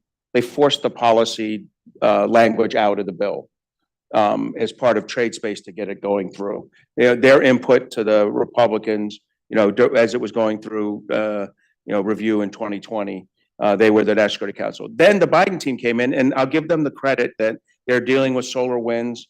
Suddenly cybersecurity was an actual national security problem, or perceived to be, which it was, at a recognized not going well moment. And so based on that, they created a position that didn't exist when the law was written. And rather than try to work through it in a meaningful way, I think the NSC, because they were first arrivers, took all the jobs all the empire they wanted, and very grudgingly gave things, like they gave workforce back to NCD. Please, no one wanted IT workforce, cyber workforce. And they gave budget because OMB hates NSC. They're the one group that hates NSC more than, NCD probably hates NSC when you put them on a lie detector. So that deal was made. But all the other stuff didn't transfer. And the reason it didn't transfer was the NSC wasn't interested in teamwork on that. That's my personal opinion. I'll give one last thing. As a result, a staff of 8 or 9, even when they're really good guys like you, Steve, cannot execute what a staff of 190 can execute. And as a result, our critical infrastructure protection is significantly worse off than it could have been if we had an NSC that ran the policy meeting and then allowed an NCD to do the interaction. But we had an NSC that wanted to both run the policy meeting, do the interaction, and then move on to the next issue. And as a result, the follow-through didn't happen because you'd need 10 Steve Kellys to do what Steve Kelly was doing, and 10 of other people. They didn't have it. So I don't, the law has holes, but it's a choice to take advantage of them and weaken the office. And I think it was, and maybe there was good reasons in January through July of 2021, because you had, as was mentioned, Chris English, you really didn't get to 10 people to almost November of 2021. But after that, there should have been some transfer responsibility, and that just really hasn't happened here, except at the very bitter end. And I know I sound Debbie Downer about this, but I believe 3 or 4 years of opportunity was lost. We'll get it back, but it was lost. Thank you, Mark. Julie, Steve, anything to add on that, or shall we move on to the incident reporting piece? All right. Are you sure you don't want to say anything right now about it? Okay. I'm joking. There's also an evolution that has to occur, right? Yeah. We're a brand new office within the White House. It takes time to learn where things are. It takes time to understand where the power centers within the White House are. It takes time to build that connectivity. But you see a lot of progress has been made between the NSC and ONCD relationship. And I give a lot of credit to NSC for that, that we held weekly meetings, Steve and I, to coordinate, right? You've heard talk about the possible new cyber EO that we co-led, right? There's a lot of work that has been done between these two offices to help manage this relationship.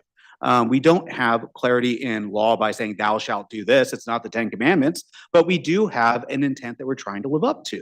And we do that through coordination. We do that through cooperation. We do that through frequent communication. And I do see an entirely different organization today than where it was 3 years ago. I agree with that. Thanks. One of the pieces of the pie when it comes to cybersecurity is incident response. In our paper, we touch a little bit on the issues with dealing with incident response, specifically what's already been mentioned in the context of national security and the idea of classification and unclassified information. What are some of the challenges with that, and what has been ONCD's role in incident response? And Phil, I'll turn it back to you, and then I'll go to Julie. But actually, let me first start with Steve, given that you were on the NSC dealing with incident response as well. So just one basic nuts and bolts thing that's worth kind of laying down as a mechanism that's existed for a number of years is something called the Cyber Response Group, and that is it's an interagency policy committee, kind of assistant secretary level, a group of counterparts that get together each week, Thursday at 2, and then as needed for whatever's happening in the day. And so that's something that I chaired And as far as I know, continues to be chaired by my successor at the NSC staff. And it mirrors some structures that exist elsewhere within the NSC organization. The Counterterrorism Steering Group, CSG, I believe is what it's called, is the interagency coordination mechanism for counterterrorism issues. And they do something very similar, meeting as necessary and meeting with the battle rhythm as well. And so that is the process where we're finding out for things that are happening, cyber attacks, incidents that are happening that kind of rise to the level of policymaker awareness, and including things that have national security and certainly kind of foreign policy ramifications. We're talking about those. We're making sure that there's awareness, and we're making sure all the right things are happening. And that is a mechanism that works quite well.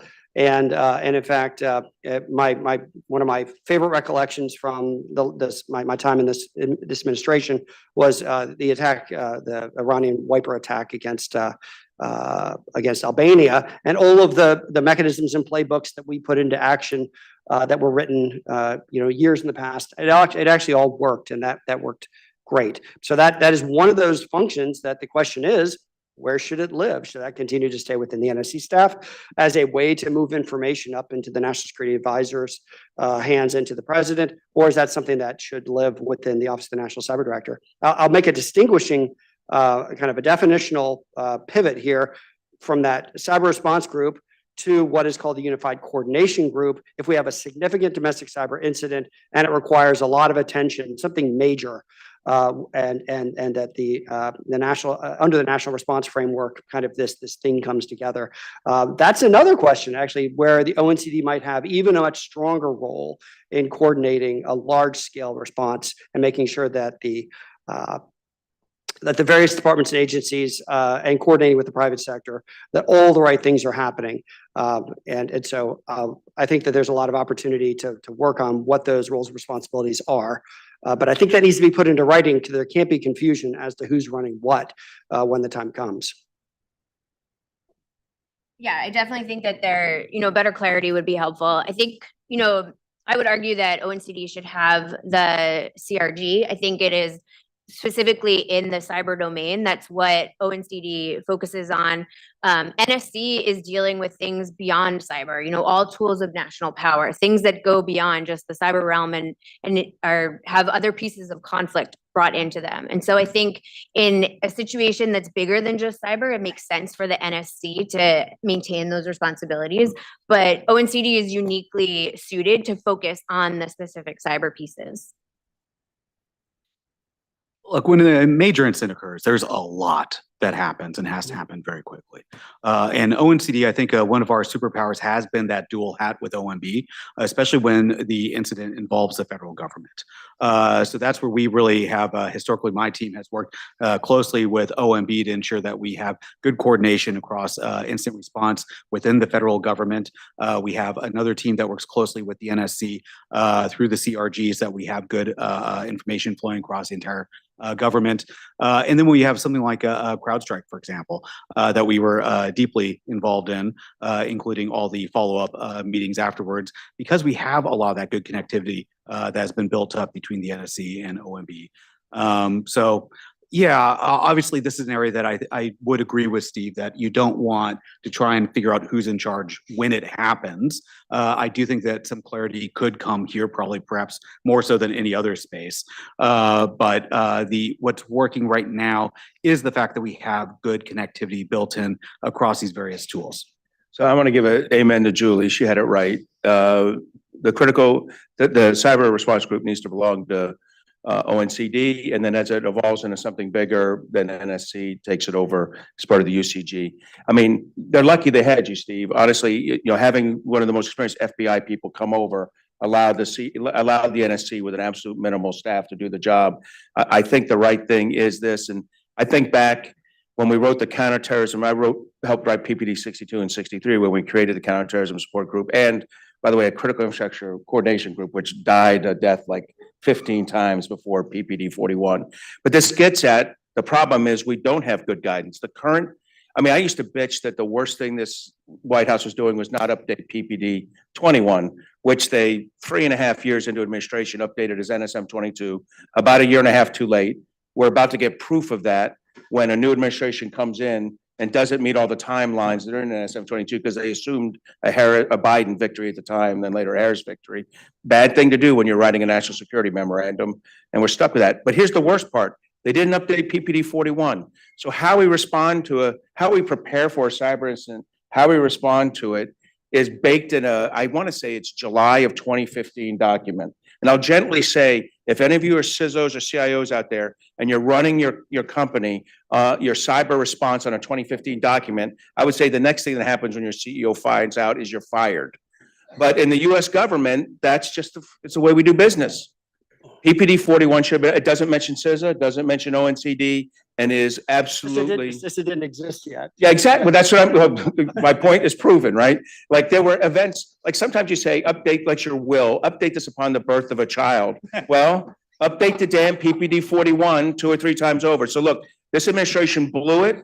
I'm hoping the next guys tackle PPD. I don't have any faith what I'm saying is about to happen, but I hope the next guys review NSM-22, get it right, because there's some dumb in there, but then attack PPD 41 and get it written right at the beginning of administration. So whatever your ideas are, right or wrong, they're executed. Because right now, good ideas in NSM-22 are not being executed. So I will agree with you on this point, is as the new administration comes in, they need to have the system baked. They need to, as quickly as possible, solve what these roles and responsibilities look like.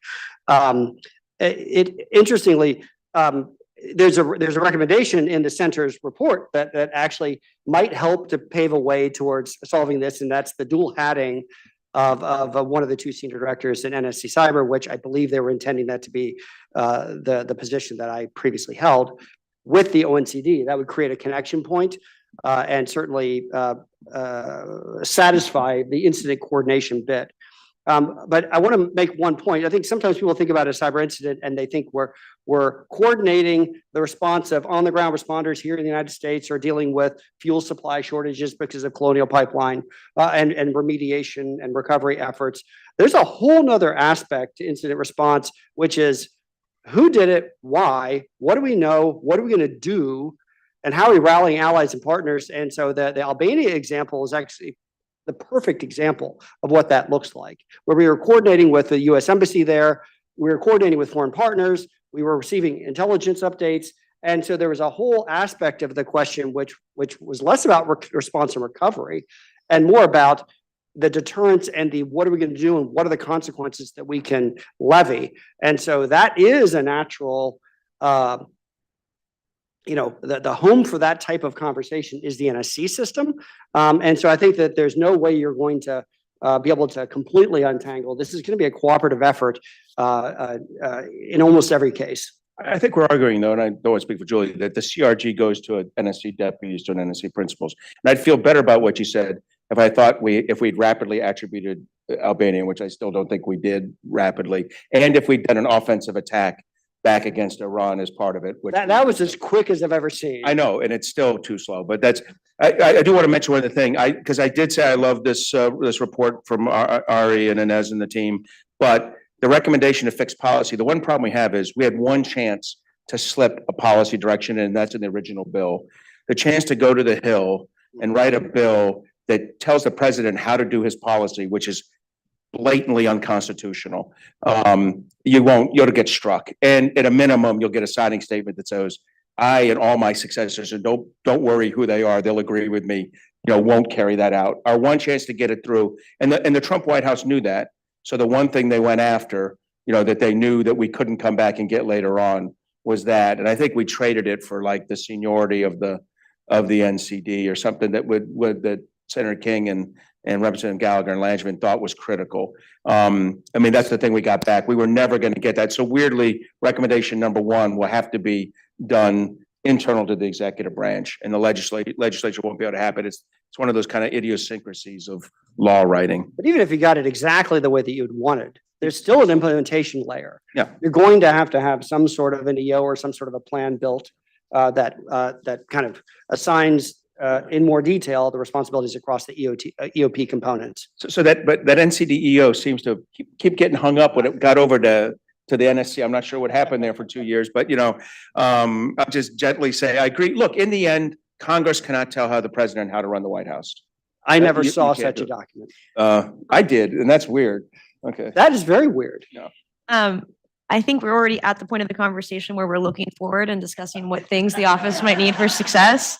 I'll note and just clarify in one of the 5 recommendations that we give in our paper, it's that the White House should update and clarify the ONCD mission statement, which I think is some of what we're speaking to. And I will just take a step back for a second. There's various offices and agencies that sit within the executive office, like the U.S. Trade Rep, like the Office of Science and Technology Policy. In our paper, we dig in a little bit to what those look like and what lessons the NCD might take from that. I want to turn it over to Phil and Julie. You've been in there, you're still in there, you interact with some of these offices. Are there any lessons that you see might be good going forward that might be worth emulating? I think both of those offices are very well established. They've been along for a long time. There's a lot of policy around how they work. ONCD is so new, and it'll get there. It'll take some time, and those are great models on how some of their policy works. One of ONCD's one of the pieces in the statute is a coordinator function on the implementation piece. And I think ONCD did a phenomenal job drafting the strategy and doing the implementation of the strategy. And that required constant touch points with each department and agency to get the implementation piece right, to continuously work with agencies to make sure they were hitting their benchmarks every quarter. And so that created that muscle memory of working on that interaction with each agency and fulfilling that coordinator piece. And so I think as ONCD continues to mature, it will have a better sense of how to bring those policies to fruition faster, cleaner, and a more routinized basis.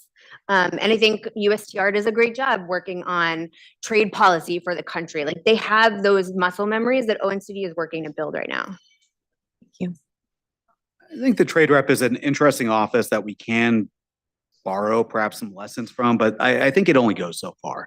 And that's because every single department within the federal government doesn't touch trade policy. Every single department within the federal government does touch cybersecurity because they're working on their own networks. And because we still have FISMA that sets that every single department's responsible for their own networks, right? So there is an element that every single department has a piece of this. So there's only so many lessons that perhaps we can take from the trade rep. I might also highlight, and I was a little surprised in the report when I was reading it, that I did not see a reference to the Office of the National Drug Control Policy. They have very innovative budgetary authorities within their space. I think that's also a model that might be looked at if that is something that would want to be exercised further by ONCD in the future. Yeah, I would ignore everything else about the National Drug Control Policy Agency except for that. I agree. Look, the first thing they got to do to answer your question, they got to get back to 90. And what they really need to do is over the next 2 months, still be hiring civil servants. There's open billets, hire civil servants into those jobs who can continue and keep it going. Great industry, Mark. I know we are, yeah. But there's a limit to what, it's like federal judges, there's a limit to what Biden's going to get done, and there'll be a limit to what you can get done. We got to get to a critical mass fast. I agree completely with what you said about OMB. It's make sure you get the deal with Voight and the incoming OMB team that Ms. Young gave Chris Inglis. That was a great deal. See if you can get that locked in. Here's the real risk. Look, Ann Neuberger is a smart person who was given a big job when she came in to run with SolarWinds going on, and she, single-mindedly processed and did it. I think some opportunities were missed. And I'd say, well, that's not going to happen again, except much like SolarWinds, we have Salt Typhoon hanging over this group as they come in, and really, Salt Typhoon bothers me because I was like, holy crap, you mean comm sucks too?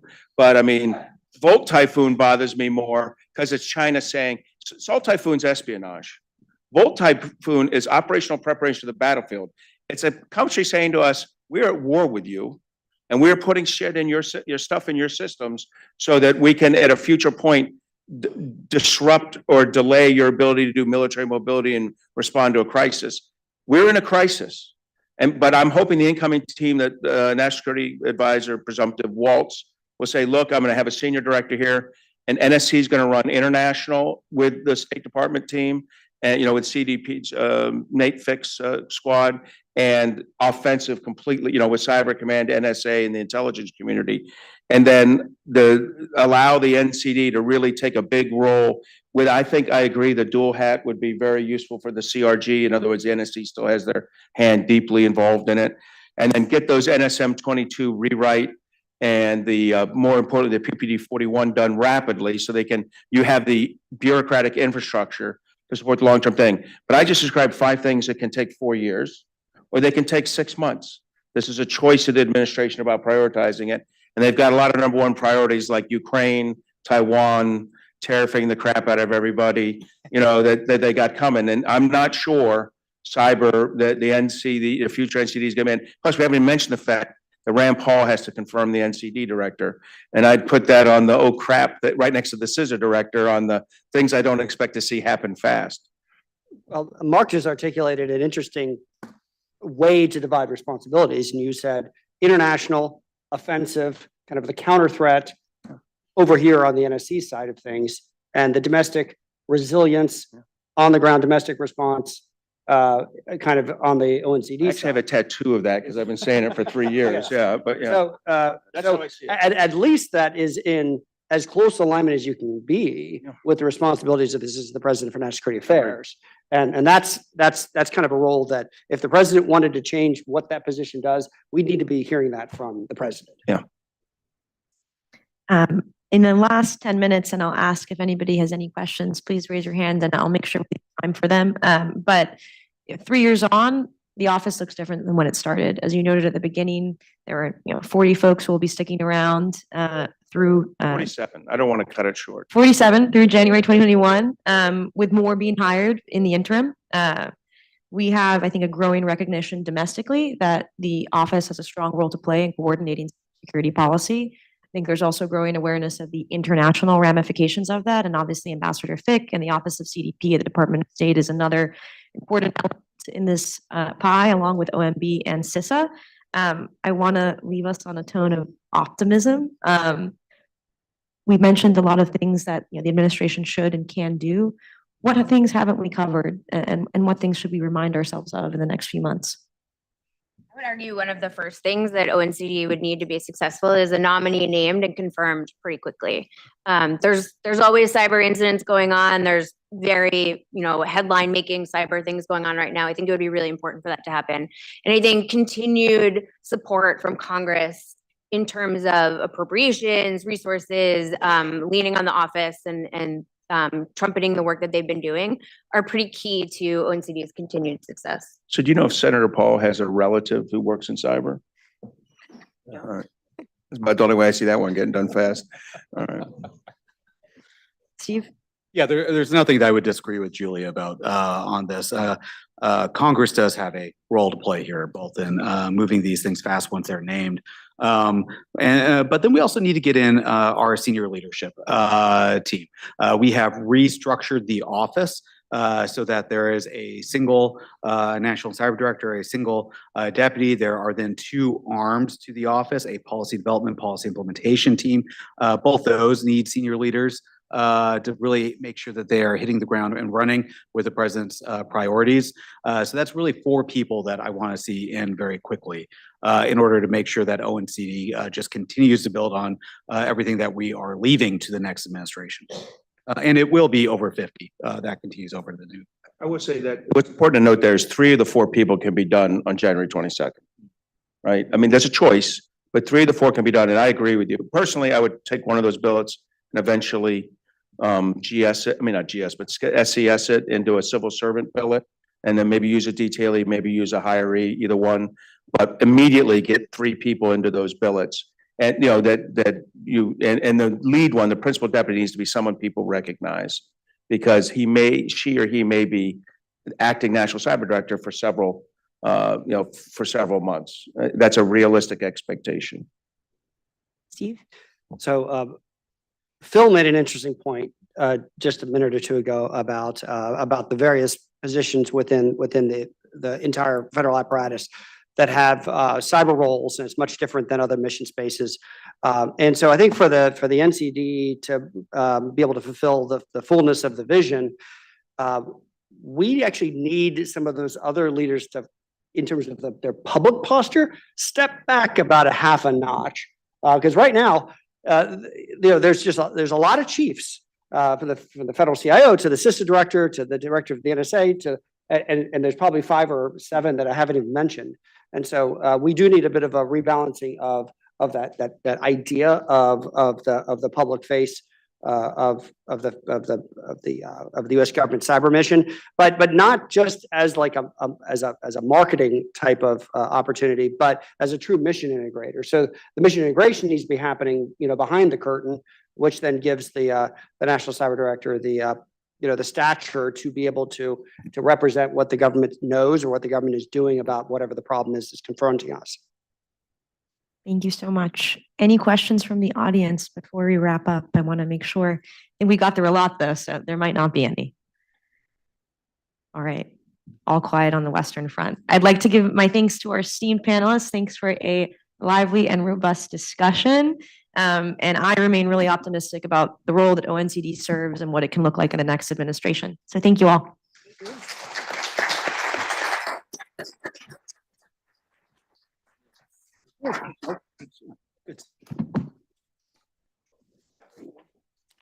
You guys do get to 55, 57, that'd be great. We have a short break for coffee. I can't turn it on, so I'm just gonna keep talking. Yep. It's not, yeah, you have to keep talking and then they turn it on. So, so we have a short break for coffee. I think it's 20 minutes. So thanks. Really good.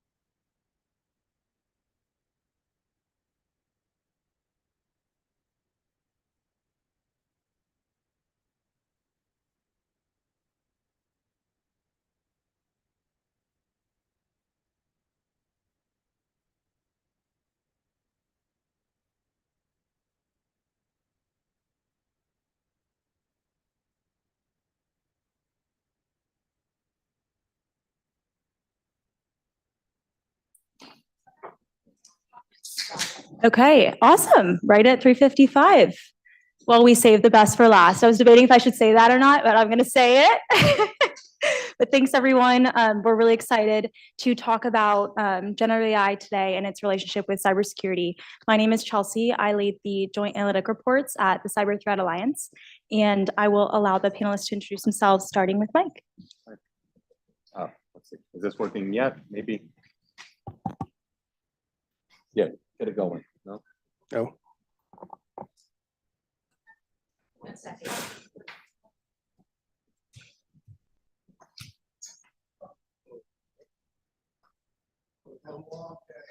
been a long day, yeah. Very tired. Well, the batteries are dead.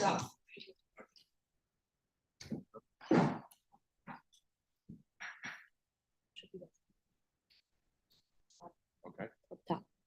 I am. Can you hear me now? No. We could pass my mic. Yeah, why don't we just pass my mic for now? And do you want to check the other mics while we use this one? Okay. Well, they have it here. Yeah. Well, let's pass the mic. Yeah, sure. Pass the mic to Mike. Well, there we go. All right. So Mike Silverman, Chief Strategy and Innovation Officer at FSISAC. For this AI panel, I started my AI research in 1996, so I've been in this for a long time.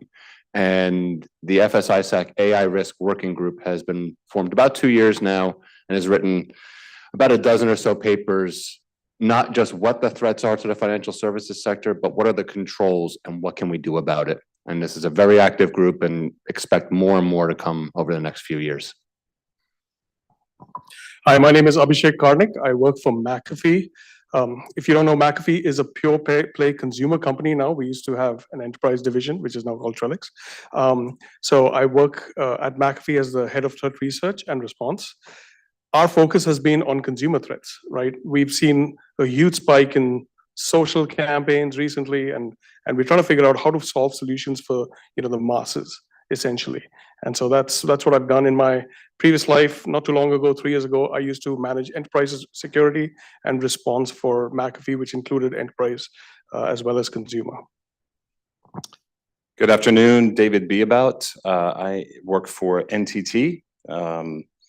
So I have multiple different hats. I have the unenviable position sometimes of being the Chief Information Security Officer for one of our operating companies, as well as leading out our international public and private partnerships. So I'm coming at this from the perspective of practitioner, managing and controlling risk within the organization, looking how we can actually federate that across multiple different operating companies at scale.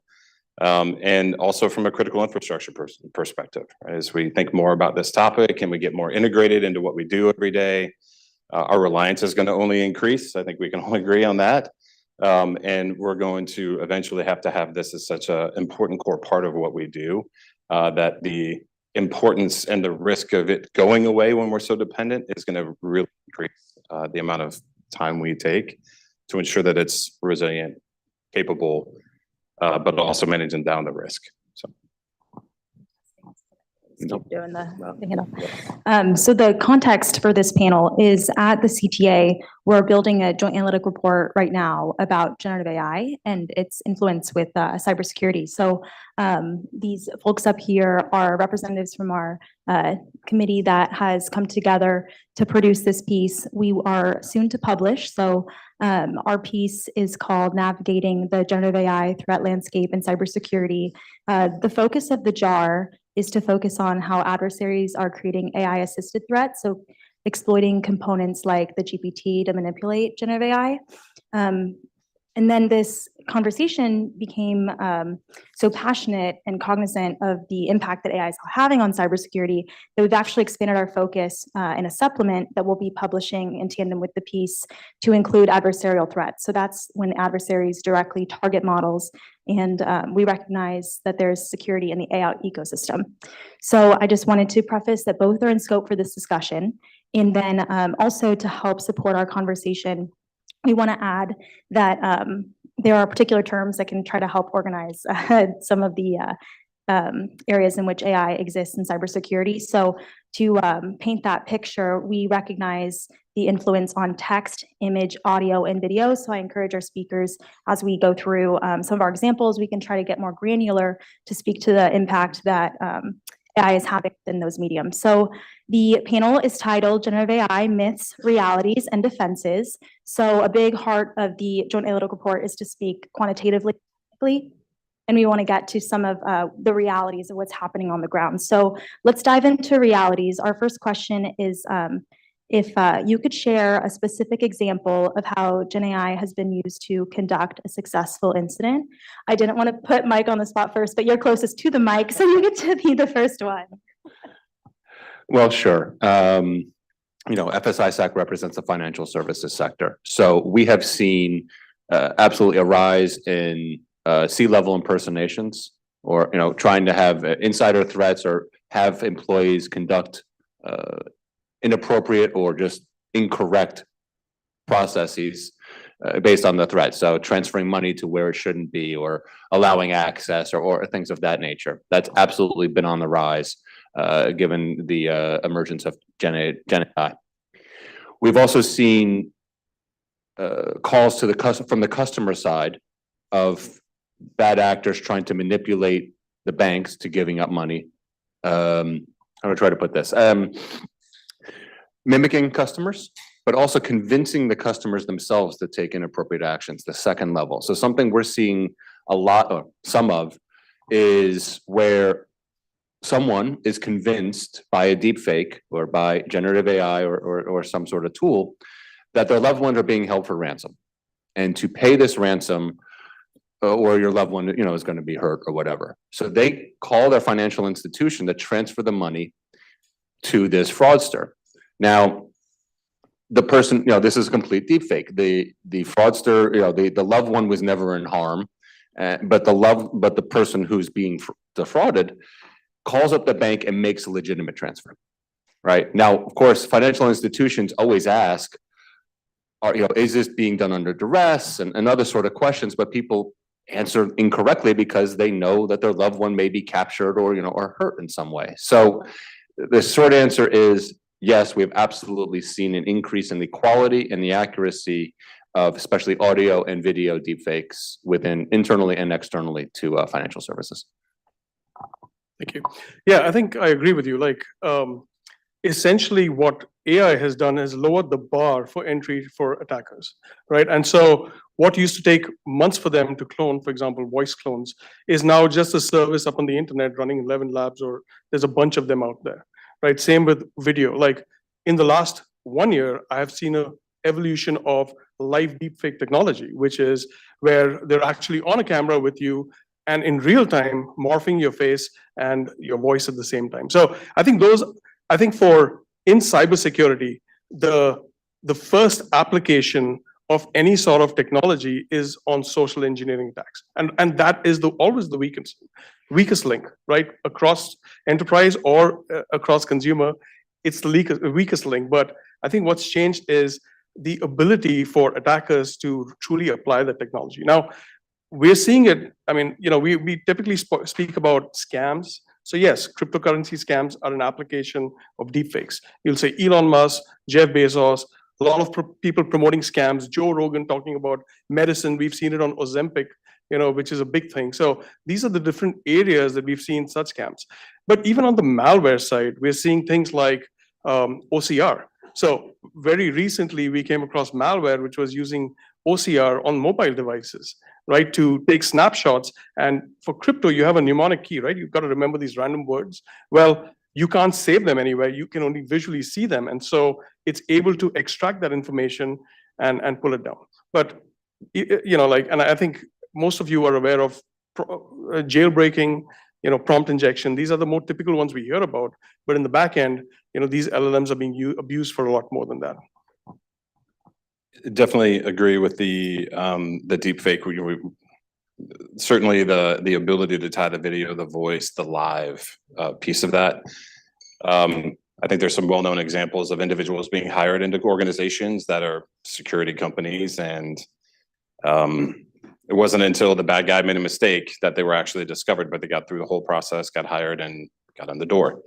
That's obviously a concern. A little bit of a different perspective, though, I would also say that the scene that is, I think, unique here, it's enabled by Gen AI, is that I agree that the attacks are not necessarily brand new or novel, but the ability to have an attack vector and then learn from its mistake and re-vector and do that at speed, at volume, is really concerning, right? So we have to play by rules and by risk management, things that we have in place to protect ourselves for good reason. The bad guys don't.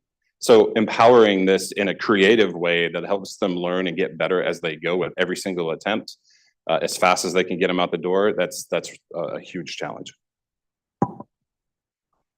We were supposed to be contentious and we're not. We're saying the same thing and agreeing with one another. Jeez.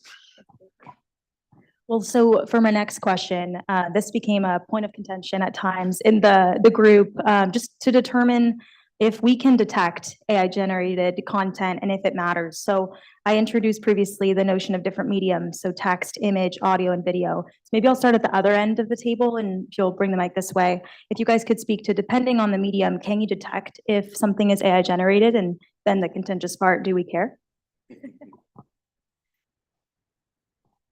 I think it really depends on the medium. All right, we talked about that a little bit. It's just to say that something that's worded too perfectly, a human's probably going to catch. That doesn't really sound like John's tone, right? So there might be some things that we pick up that might be too perfectly crafted, whereas we would look for a spelling mistake if we went through the other things. There's something poorly worded and it would be very obvious. Now we're talking about something that kind of goes in the middle there. I think that makes it a little bit more challenging. In terms of being able to detect, I think another one too, if we look at a more technical perspective, if we really want to get on the more sophisticated end, you could do a pixel by pixel kind of comparative and see if there's some sort of patterns that come out for Gen AI generated imagery. So there are some ways to do it, but it's certainly not wide. The capability to detect is certainly not widespread, and it's not necessarily unique. It's more of the same. It's just kind of crafting it a little bit more appropriately for the target. So I think if you want to detect it, you need to think about a few approaches. So firstly, like if you're talking about malware that is AI generated, right? Malware tends to be polymorphic, right? Like there's not much after you take a piece of text and you compile it and you write a program, you eventually compile it. And then when you compile it, you run it, the detection technology doesn't change, right? But I think the complication comes in with text generation. Like we've seen a huge impact on phishing attacks. Like, I think one of the challenges we have is that not everybody has the answers. Not everybody has the data. Like, how do you indicate whether text is AI generated or not? That's a difficult problem to solve, right? Because essentially a large language model is just a probabilistic, it's the probability of the next word that it's trying to predict, right? And so in order to detect that, you can build a very custom model to detect text generated by ChatGPT, right? There are companies that do it. Zero GPT is one example of that. But the problem is that even if I do that, there are other websites which try to humanize AI, right? So it tries to take the AI and sort of revert it back to what makes it sound more human. So like you said, if it's too perfect, it's probably AI, but they will intentionally introduce errors. They will make your sentences less crisp, make it a little more verbatim. And so I think those are some of the challenges. Now, where I think one thing that companies can do better is watermark, right? So if audio technology, if an LLM is generating data and you can watermark it, right, then it just makes life easier for everyone. It's like back in the day when news used to get generated, there's a bunch of people spreading misinformation, right? And at some point, you started trusting certain newspapers more than others. That was reputation built over time based on articles they wrote, right? So I see that happening for text, but for AI, for images and videos, I expect some sort of a watermark to come in. That being said, we are still building solutions without that today. So it's not straightforward. There's a lot of time and effort that is spent in collecting data, which is fake spam, fake text, fake video, fake audio, and essentially use AI to fight AI. So we're trying to train our models to look for those discrepancies in the models coming out of these different companies and find what makes them AI generated. So it's a tough problem. It's uphill, but we're working towards it. All right, so now here comes a little contentious part. So yes, I recommend as well, we recommend watermarking, but then bad actors are using AI to remove the watermarks. So, it's a chicken and egg sort of problem here. Back to the original question, can we detect it? And context matters in these scopes, right? So when it comes to just pure text, yes, the more perfect and the words and eloquent words used, all right, fine, there's a chance there, but it's still very hard to tell if an increase in phishing is because of AI or just because more people see it as a valuable activity. We don't know for sure. When it comes to audio and video, you get more clues. Oh, they're calling from a number they've never called from before, or I know my boss is in, Singapore at the moment, and why would he be calling me at this time of day? And that things just seem out of place, right? That context helps. Text has very little context, so it's harder to detect. Now to the second part of the question, does it matter? And we at FSISAC did an internal exercise. We created a deepfake just for ourselves, it's not been shared externally, on what would happen if a public figure basically said something that would cause bank runs. Okay, I won't go into what he said or she said, but we played this message for our executive team. And the response was, we were all scared because it wasn't as if, I'm trying to say, we didn't have to achieve fooling everyone. All we had to achieve with this would be fooling some people. And the deep fake was good enough that it would fool some people. I use the joke, my mother-in-law, right? My mother-in-law would absolutely have, if this was on the news, she would have gone to her bank and withdrawn her money just on the chance if it was real or not. And many people would be thinking this, right? So when we were deciding, oh my gosh, do we need to start to invest in deepfake or, these detection tools and then we realized, at least from FSISAC's perspective, no, because for us, yes, okay, if we find out this is a deepfake and that so-and-so, she or he never said that, fine, maybe that'll help solve it in the long run.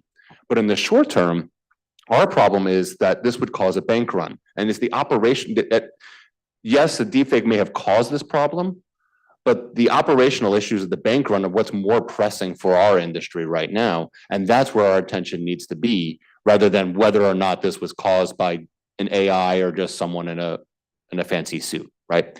So I'd say it depends, but oftentimes, no, it doesn't matter if AI is doing it or not. To the point from earlier, these are all mostly known sources of fraud that are just getting more accurate and better than we've seen before. Yeah, thank you all. It's very helpful to level set. Part of the goal behind this report is to recognize the hype behind AI and for us to cut through the hype and speak to what you're seeing on the ground. So in that vein, there are a lot of myths that are also coming up around AI. So this is going to be a very fun segment where I hit you with the myth and you tell me why it's wrong. So Abhishek, maybe I'll have you start next, and then whoever wants to go after that. I'm trying to make it fair with who gets the mic given this approach. But the first myth is AI is going to take all our jobs. Not all our jobs. Well, the fact is that, AI is a tool that is making people more efficient, right? So it's not that you're going to lose your job to AI, you're going to lose your job to somebody who knows how to use AI. So it's like 10 years ago when Google came, there were people who used to be extremely good at Google searching, right? And so they were the experts in the room. Everybody was like, this is the go-to guy. I think we heard this in the morning as well, that it's the entry-level analysts, which are going to get impacted because the AI models are going to be able to take care of the simple thing.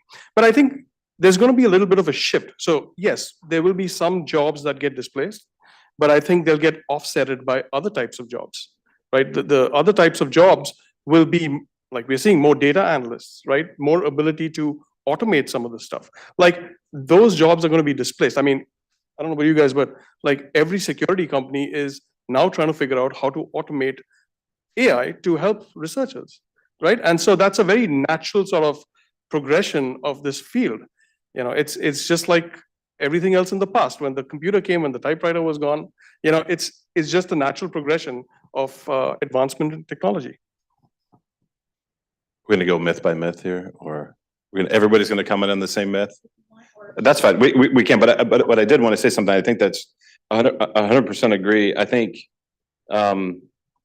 there's going to be a displacement. Had lots of conversations on this, and we kind of center around the idea that a 2-hour task for a cybersecurity analyst may take 8 minutes. Think about that for a second. Okay, so that person can get an entire day's work done in between a half hour and 45 minutes ish, right? So then we're going to have people that are going to be moving differently who stay in those roles because prompt engineering, as we talked about, how well can you execute and interact is going to come up. That's going to be a major part of it.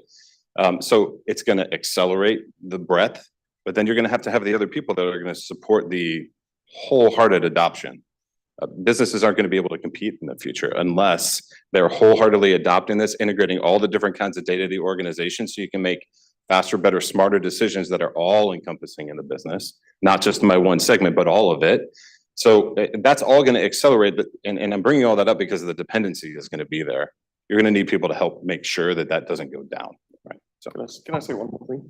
So one thing, I want to say about cybersecurity is that we all know that in the last so many years, the scale of attacks has been increasing and we haven't had the talent to keep up.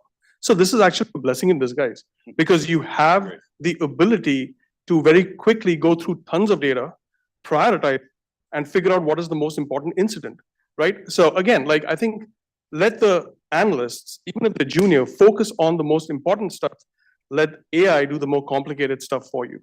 Build the right system so that they can be prioritized, and then that's what you act on. So I think there's a lot to gain here, and therefore adopting it or keeping an open mind is important. You stole some of my thought, but let me ask it this way. All of us, everyone in the room, think about this. Raise your hand if you think you are perfectly staffed up today to handle all the threats attacking your organization. Yeah, I've never seen a hand go up when I've asked that question, right? And so to my panelist's point here, if we use AI and we can help us find, reduce false positives and help us find more of that signal through the noise, that's going to make us more efficient. It's going to be more enjoyable jobs, right? Rather than, offshoring, and looking through noise or reports or whatever. So that doesn't necessarily cut our jobs. It just changes our jobs and makes our jobs more impactful, and we can actually focus and harness our resources in the right way. Does that apply to every job? No. I've heard a lot of people now, let's say, doing social media posts. They used to have a whole team doing social media writing, and they can now take that power into themselves. And generative AI can write some pretty good social media posts that are very convincing and make the case for action that people are looking for. So it depends function by function, but I'd say in the security space, no, I don't think it's going to take our jobs anytime soon. All right, one more myth in this segment. AI is replacing the majority of attack techniques.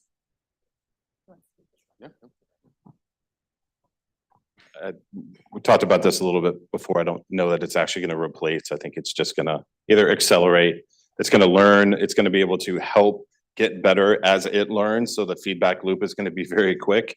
So I don't know that's going to replace, but I do think volume, right? I think that's a really speed and volume are going to be the two big characteristics.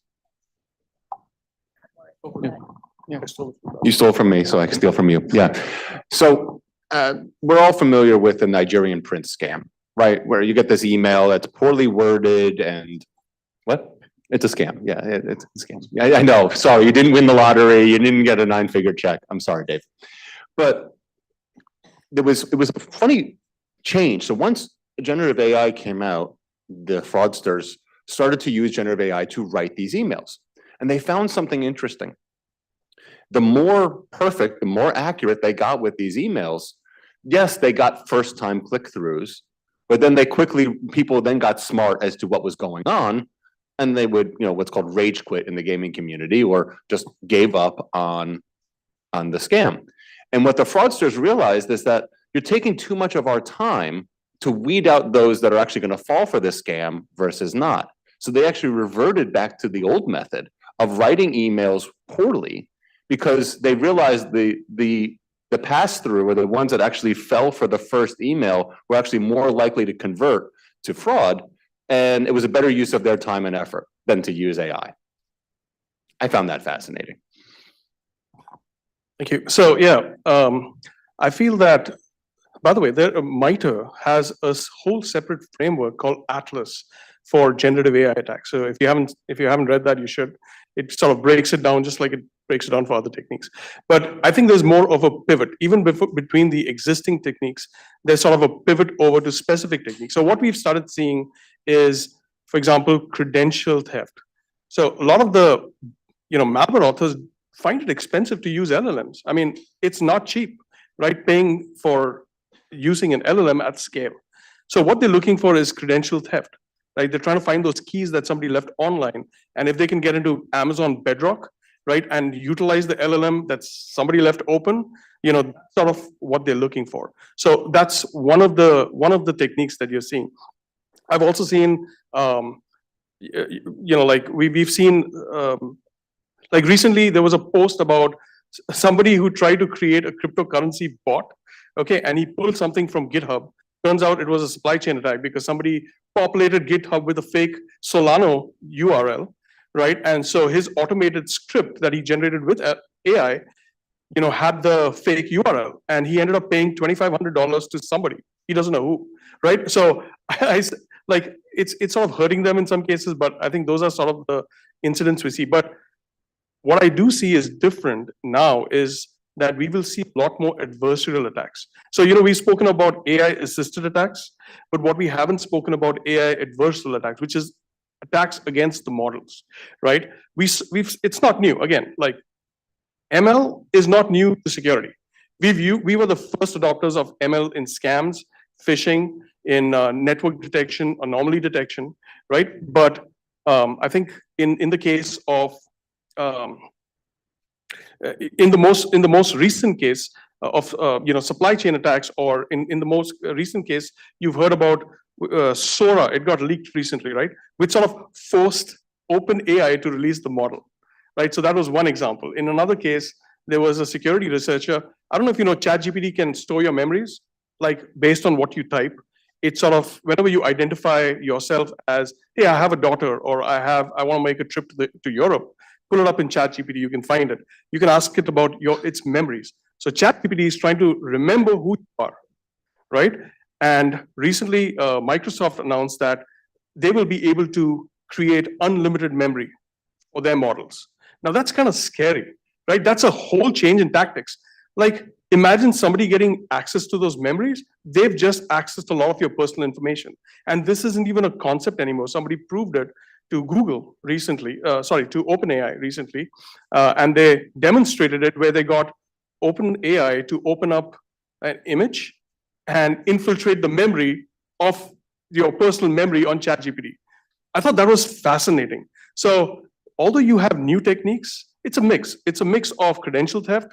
It's a mix of using polymorphism. So again, polymorphism is not new in our world, right? Malware has been using it for years. What's changed is that you can orchestrate the polymorphism. So instead of just doing it in Visual C++, right, or whatever language you use, you can have the same code generated in JavaScript, in Python, in different languages, so that it appears different every time. So these techniques are not old, but they're sort of morphing to adapt to the technology, right? And you are seeing certain techniques, of course, are evolving, which is why MITRE came up with Atlas, which is a whole different way to define this. And again, I can talk more about adversarial attacks, but I think we'll go to the next question. Yeah, that's great. Yeah, you guys are awesome. Okay, so from this point forward, we now want to dive into the defenses. So what can we do about this? So let's start off just asking, how would we approach defending against a Gen AI-driven threat?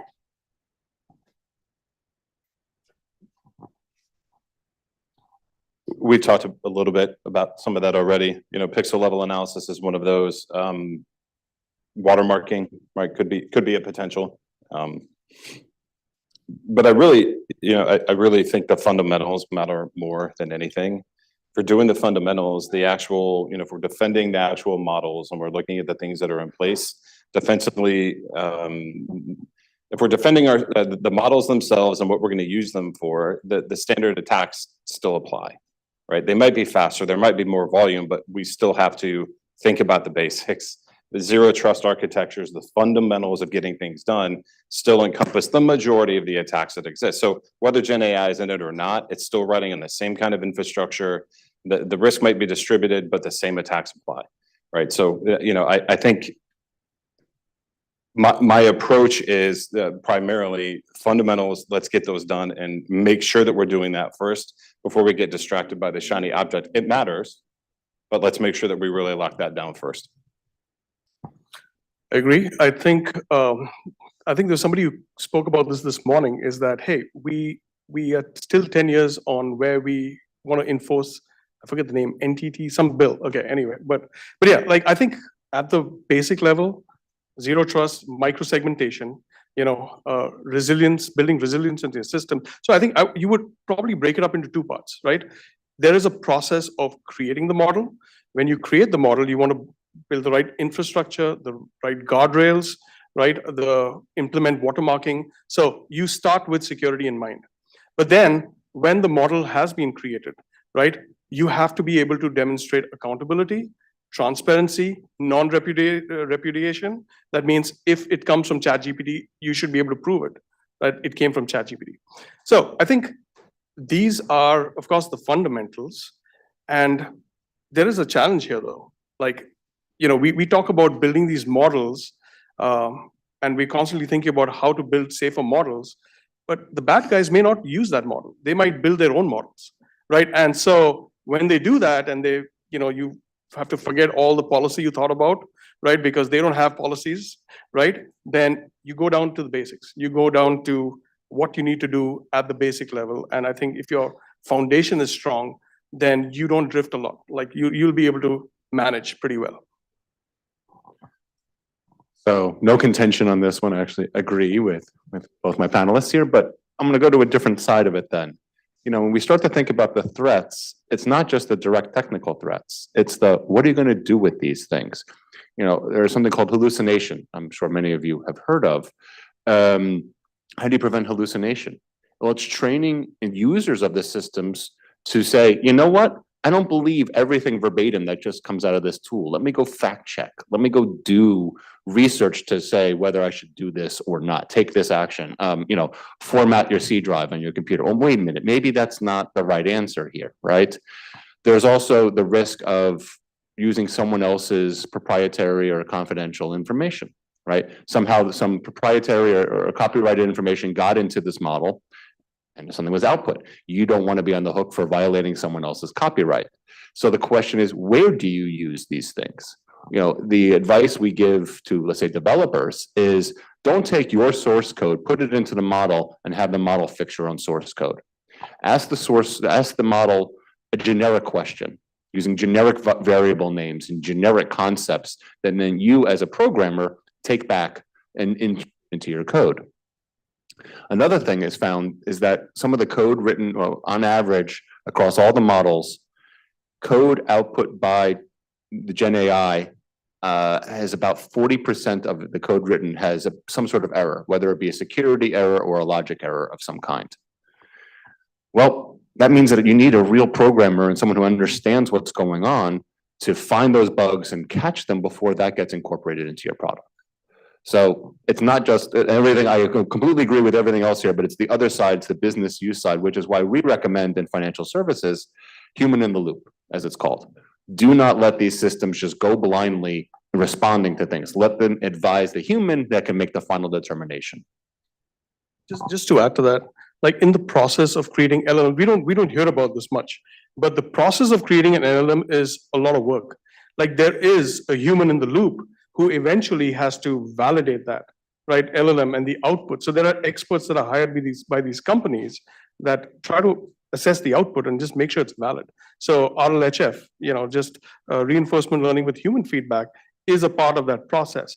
Then they implement guardrails, right? But what's going to be interesting is to see how things evolve, Right now, we're talking about large language models, right, which are hosted in the cloud.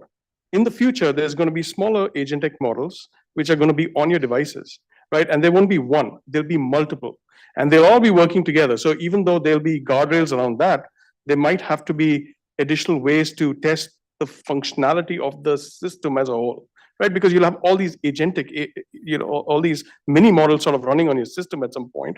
And how do you ensure that, Anthropic made, they made a model which can, simulate APIs for monitoring the screen, like not monitoring the screen, but doing actions on the screen. That was really interesting because essentially they're trying to give it the ability to be able to act like a human. So you can go and click on a folder, delete files. Imagine the abuse of that. Like if you can abuse that, that's pretty scary. However, at the same time, like you have to put the right policies in place, zero trust, everything. I think an important part is red teaming. So after the release of your models, right, every organization should be having their own red teaming teams to ensure that within your organizational's requirements on security, you have everything that your teams are implementing additional tech checks. You cannot rely on the LLM maker or the agent maker. You have to sort of implement your own teams who are educated now, understand how to jailbreak, how to prompt train, right? And sort of use that as a mechanism to test the limits or the boundaries of these models, even if you're using them. And of course, I think CISOs have a big nightmare because how many people are copy pasting this into ChatGPT, like loss of information? That's a nightmare, which I'm not sure CISOs probably can give us more information, but I'm sure that they're thinking about how to handle that in a better manner too. So those boundaries are important. Yes, they're a nightmare. Yeah, that's right. Sad face. Yeah, so the data privacy and the leakage piece, but what I love about what you said from a red teaming perspective is just there's the red teaming of the tool, but there's also the red teaming of the applicability, to that point. I think you have to make sure that we are keeping the human in the loop. We also have to make sure that we're excited about having all this data. We want to make good decisions. We want to have great insights. It's going to be so helpful to the organization and help things evolve, help my work evolve. But again, back to the fundamentals, we have to make sure that we aren't leaking the data we're not supposed to, because guess what? Data privacy and regulatory things still matter. Cutting and pasting and dropping it into it, you can't undo that. You can't untrain it out of the model. It's gone, right? So the same thing, the human has to be in the loop. And I also think for these tools, from a red teaming perspective, maybe you can use Gen AI for this, but the idea of sitting down with these tools and thinking, could I make this decision and stand up in court and say, I'm confident I know how this happened? 100% important to do. Our digital forensics teams and investigators do that all the time because they literally are going to go to court, but we haven't seen it yet. But I do think it matters that there's going to be a time where someone's going to have to stand up in an organization where Gen AI has been a part of their security program or some operational thing and have to defend it. And they're going to go, well, but I did the thing and it said it was okay, right? That's the best we can do right now. So validating this and the chain of things that you can go back and say with confidence, or you accept that as a risk, and is that okay, right? This is where we're going to get into the human part of risk acceptance. So one more piece of risk I would say is that, like the other day, I wanted to write a YouTube crawler for something, and I've never studied the APIs for a YouTube crawler, right? So I asked ChatGPT, and it quickly gave me a short script that does the whole thing, right? And I was like, wow. Now, don't you think the bad guys are using LLMs as a way to, hey, how does Shodan work? Like, what is your company's information which is embedded into the LLM that you don't even know about? Like, so you try to sort of understand, you have to just traditional security in some ways, like what in your organization is present outside, like what's been scraped by all these big LLM companies, what information do they have on you, right? I think that you already almost need like a dedicated person to do that, to find out what about your company is available, because social profiles, fake profiles, or even people being targeted in the Hong Kong attack where like somebody had to do the reconnaissance and they found that information somewhere. So you have to be cautious about not only what's out there today on these platforms, but what's in the LLM. Like what knowledge does it have about you and your company, right? So sort of that could be a part of red teaming, I would think too. Great. Well, given that we're nearing on time, I'd love to use the opportunity for a final question, more in nature with the, essence of this conference. What we have the audience thinking about in person or online is government. So thinking about policy, what is the role of government policies to defend against this newer threat vector? So a disclaimer, FSISAC is apolitical. We don't recommend or support any specific policies. But what I can say in general is we're all about what's going to gain more trust in the ecosystem, right? The financial institutions need to work with one another, so need to have the trust in one another that, let's say, when they make a trade on an exchange, the contra side's going to be there whether they made money or lost money. Where customers give money to a financial institution, they're going to get the right amount back, right? All of that is embedded within the ecosystem. And the whole system is built on trust. So when it comes to embracing artificial intelligence, there's a lot of different ways or methods that we can do to try to instill said trust. Whether that's internal policies, training, blocking certain things or saying, certain activities just should not be done on these systems, blocking access to public Gen AI systems so that only, it's only the internal ones that we can monitor, log, et cetera. Whether it's government related policy, there's a lot of things that can be done to keep the trust going in the ecosystem. I don't think there's one push or if we just write one particular policy, everything's going to be solved. My response to this is that it's a multi-pronged approach across employees, internally, externally, and with the help of governments and regulators. Yeah, I think so. A couple of things is in any sort of security, you want to figure out how do you make it expensive for the attackers, right? Like how do you make it expensive for them so that they don't use those tools? So I think that's one. Guardrailing has helped. Like whatever said and done. What we thought will happen in 2024, the scale at which we thought AI would be applied didn't happen. And that didn't happen, at least not in all types of attacks, but that didn't happen primarily because you started seeing guardrails being rolled out. So that's one thing. I'm usually, I would think that do you want to put restrictions on technology or do you want to put restrictions on the application of the technology, right? So where is AI going to be applied that you don't want it to be applied? Like, are you going to be leaking government secrets? Are you going to be giving, I don't think the, adversaries in different countries are trying to generate malware yet. I think they're trying to figure out what have these companies learned and put in their LLMs that nobody knows about? Like, how do I learn and do more reconnaissance, is one thing. So I think when it comes to building even legislation or whatever around this, we don't want to slow it down. I think you have to figure out what is the risk versus reward. It can't be a blanket statement. It might be different for different sectors, right? You have to evaluate the risk versus reward for every sector. You want to be able to, I don't want it to slow down cancer treatment. Like if it can solve problems like cancer, go for it, right? But you don't want somebody getting into an arms race and catching up with because that information was made available to someone. So that's sort of the thing. The policy has to be, it can't be a blanket policy. It needs to be broken up into what the application of AI is. I'll be a little qualitative with this to say that I think we need to be able to have policies and support that are going to create an environment for organizations to fail together and learn and move quickly off of it. If we're stuck in a zero defect mentality and there is a ton of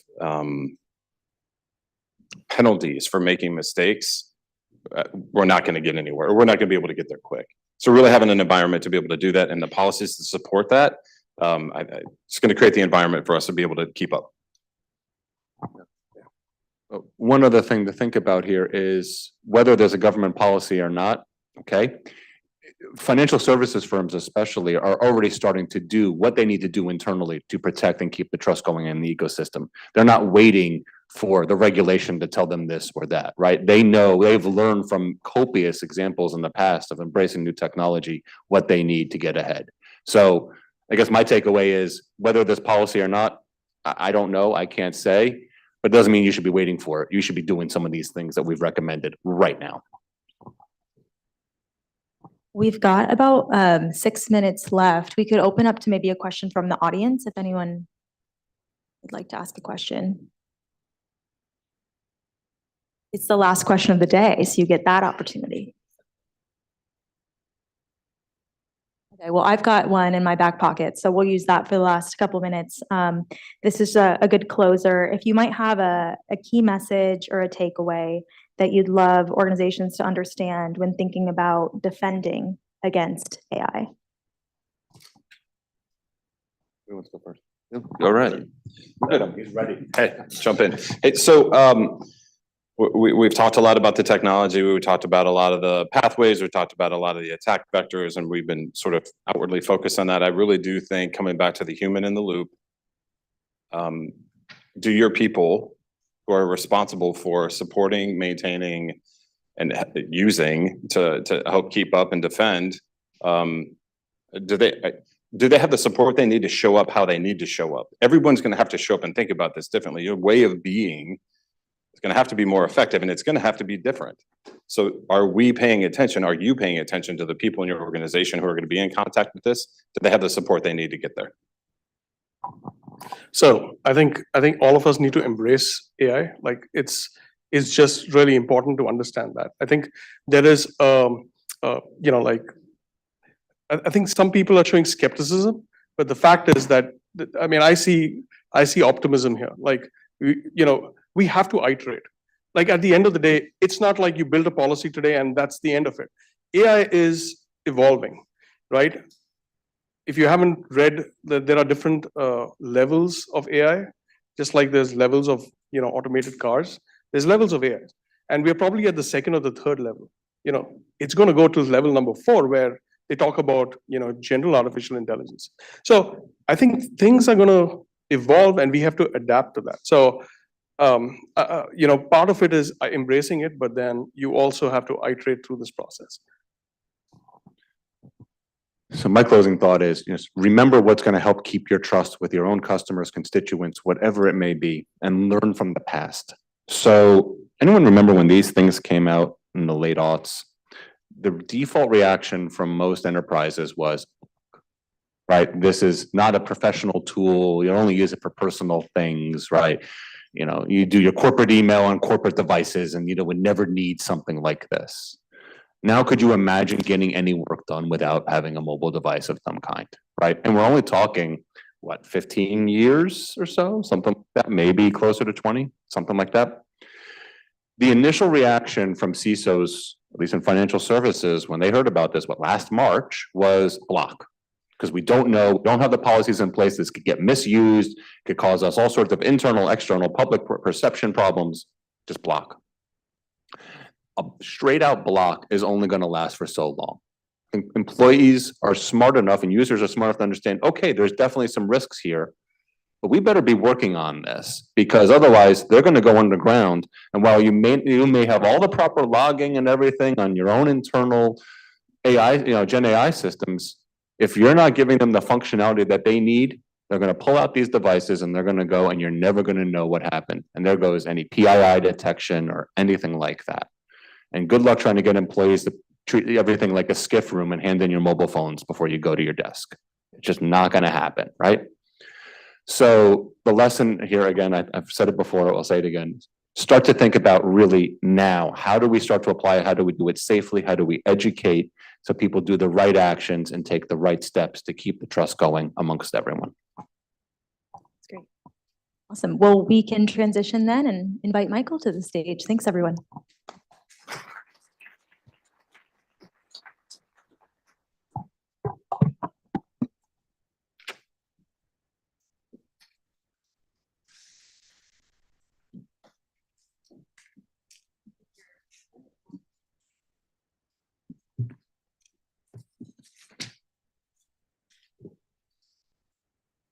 Thank you, Chelsea.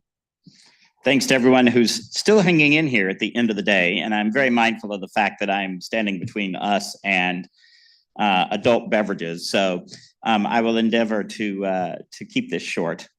I want to say, first of all, I want to say thank you to all of the speakers and panelists today. I think we had a really remarkable lineup. It was a very great set of discussions all across the day. I want to give a big round of thanks to the Glen Echo Group and all of the work they've done to publicize and help run this. And of course, the folks here at Venable and the Cybersecurity Coalition and Bree in particular and her minions that have put all of the logistics into place.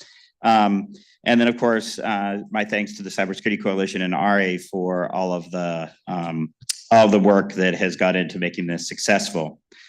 I think, one of the things that I have been thinking about a lot recently in many different areas is how much of our space is actually about choices.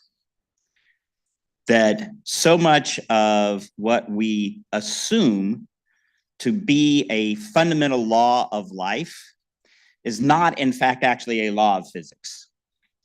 And that it is not a result of the natural forces of the world, but it is a result of the choices that we make, whether that's individual choices or collective choices as societies.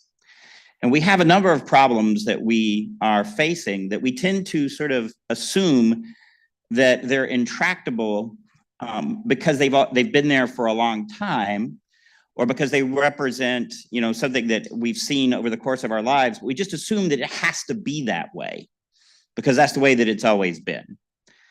But the truth is that the way, and by the way, I could be giving this talk on certain economic policy, housing policy, school policy, but I'm going to stick to cybersecurity because that's what I actually know, right? But the way that software is written, the way that the internet actually routes packets, the way that the security burden has been allocated across our ecosystem, all represents choices.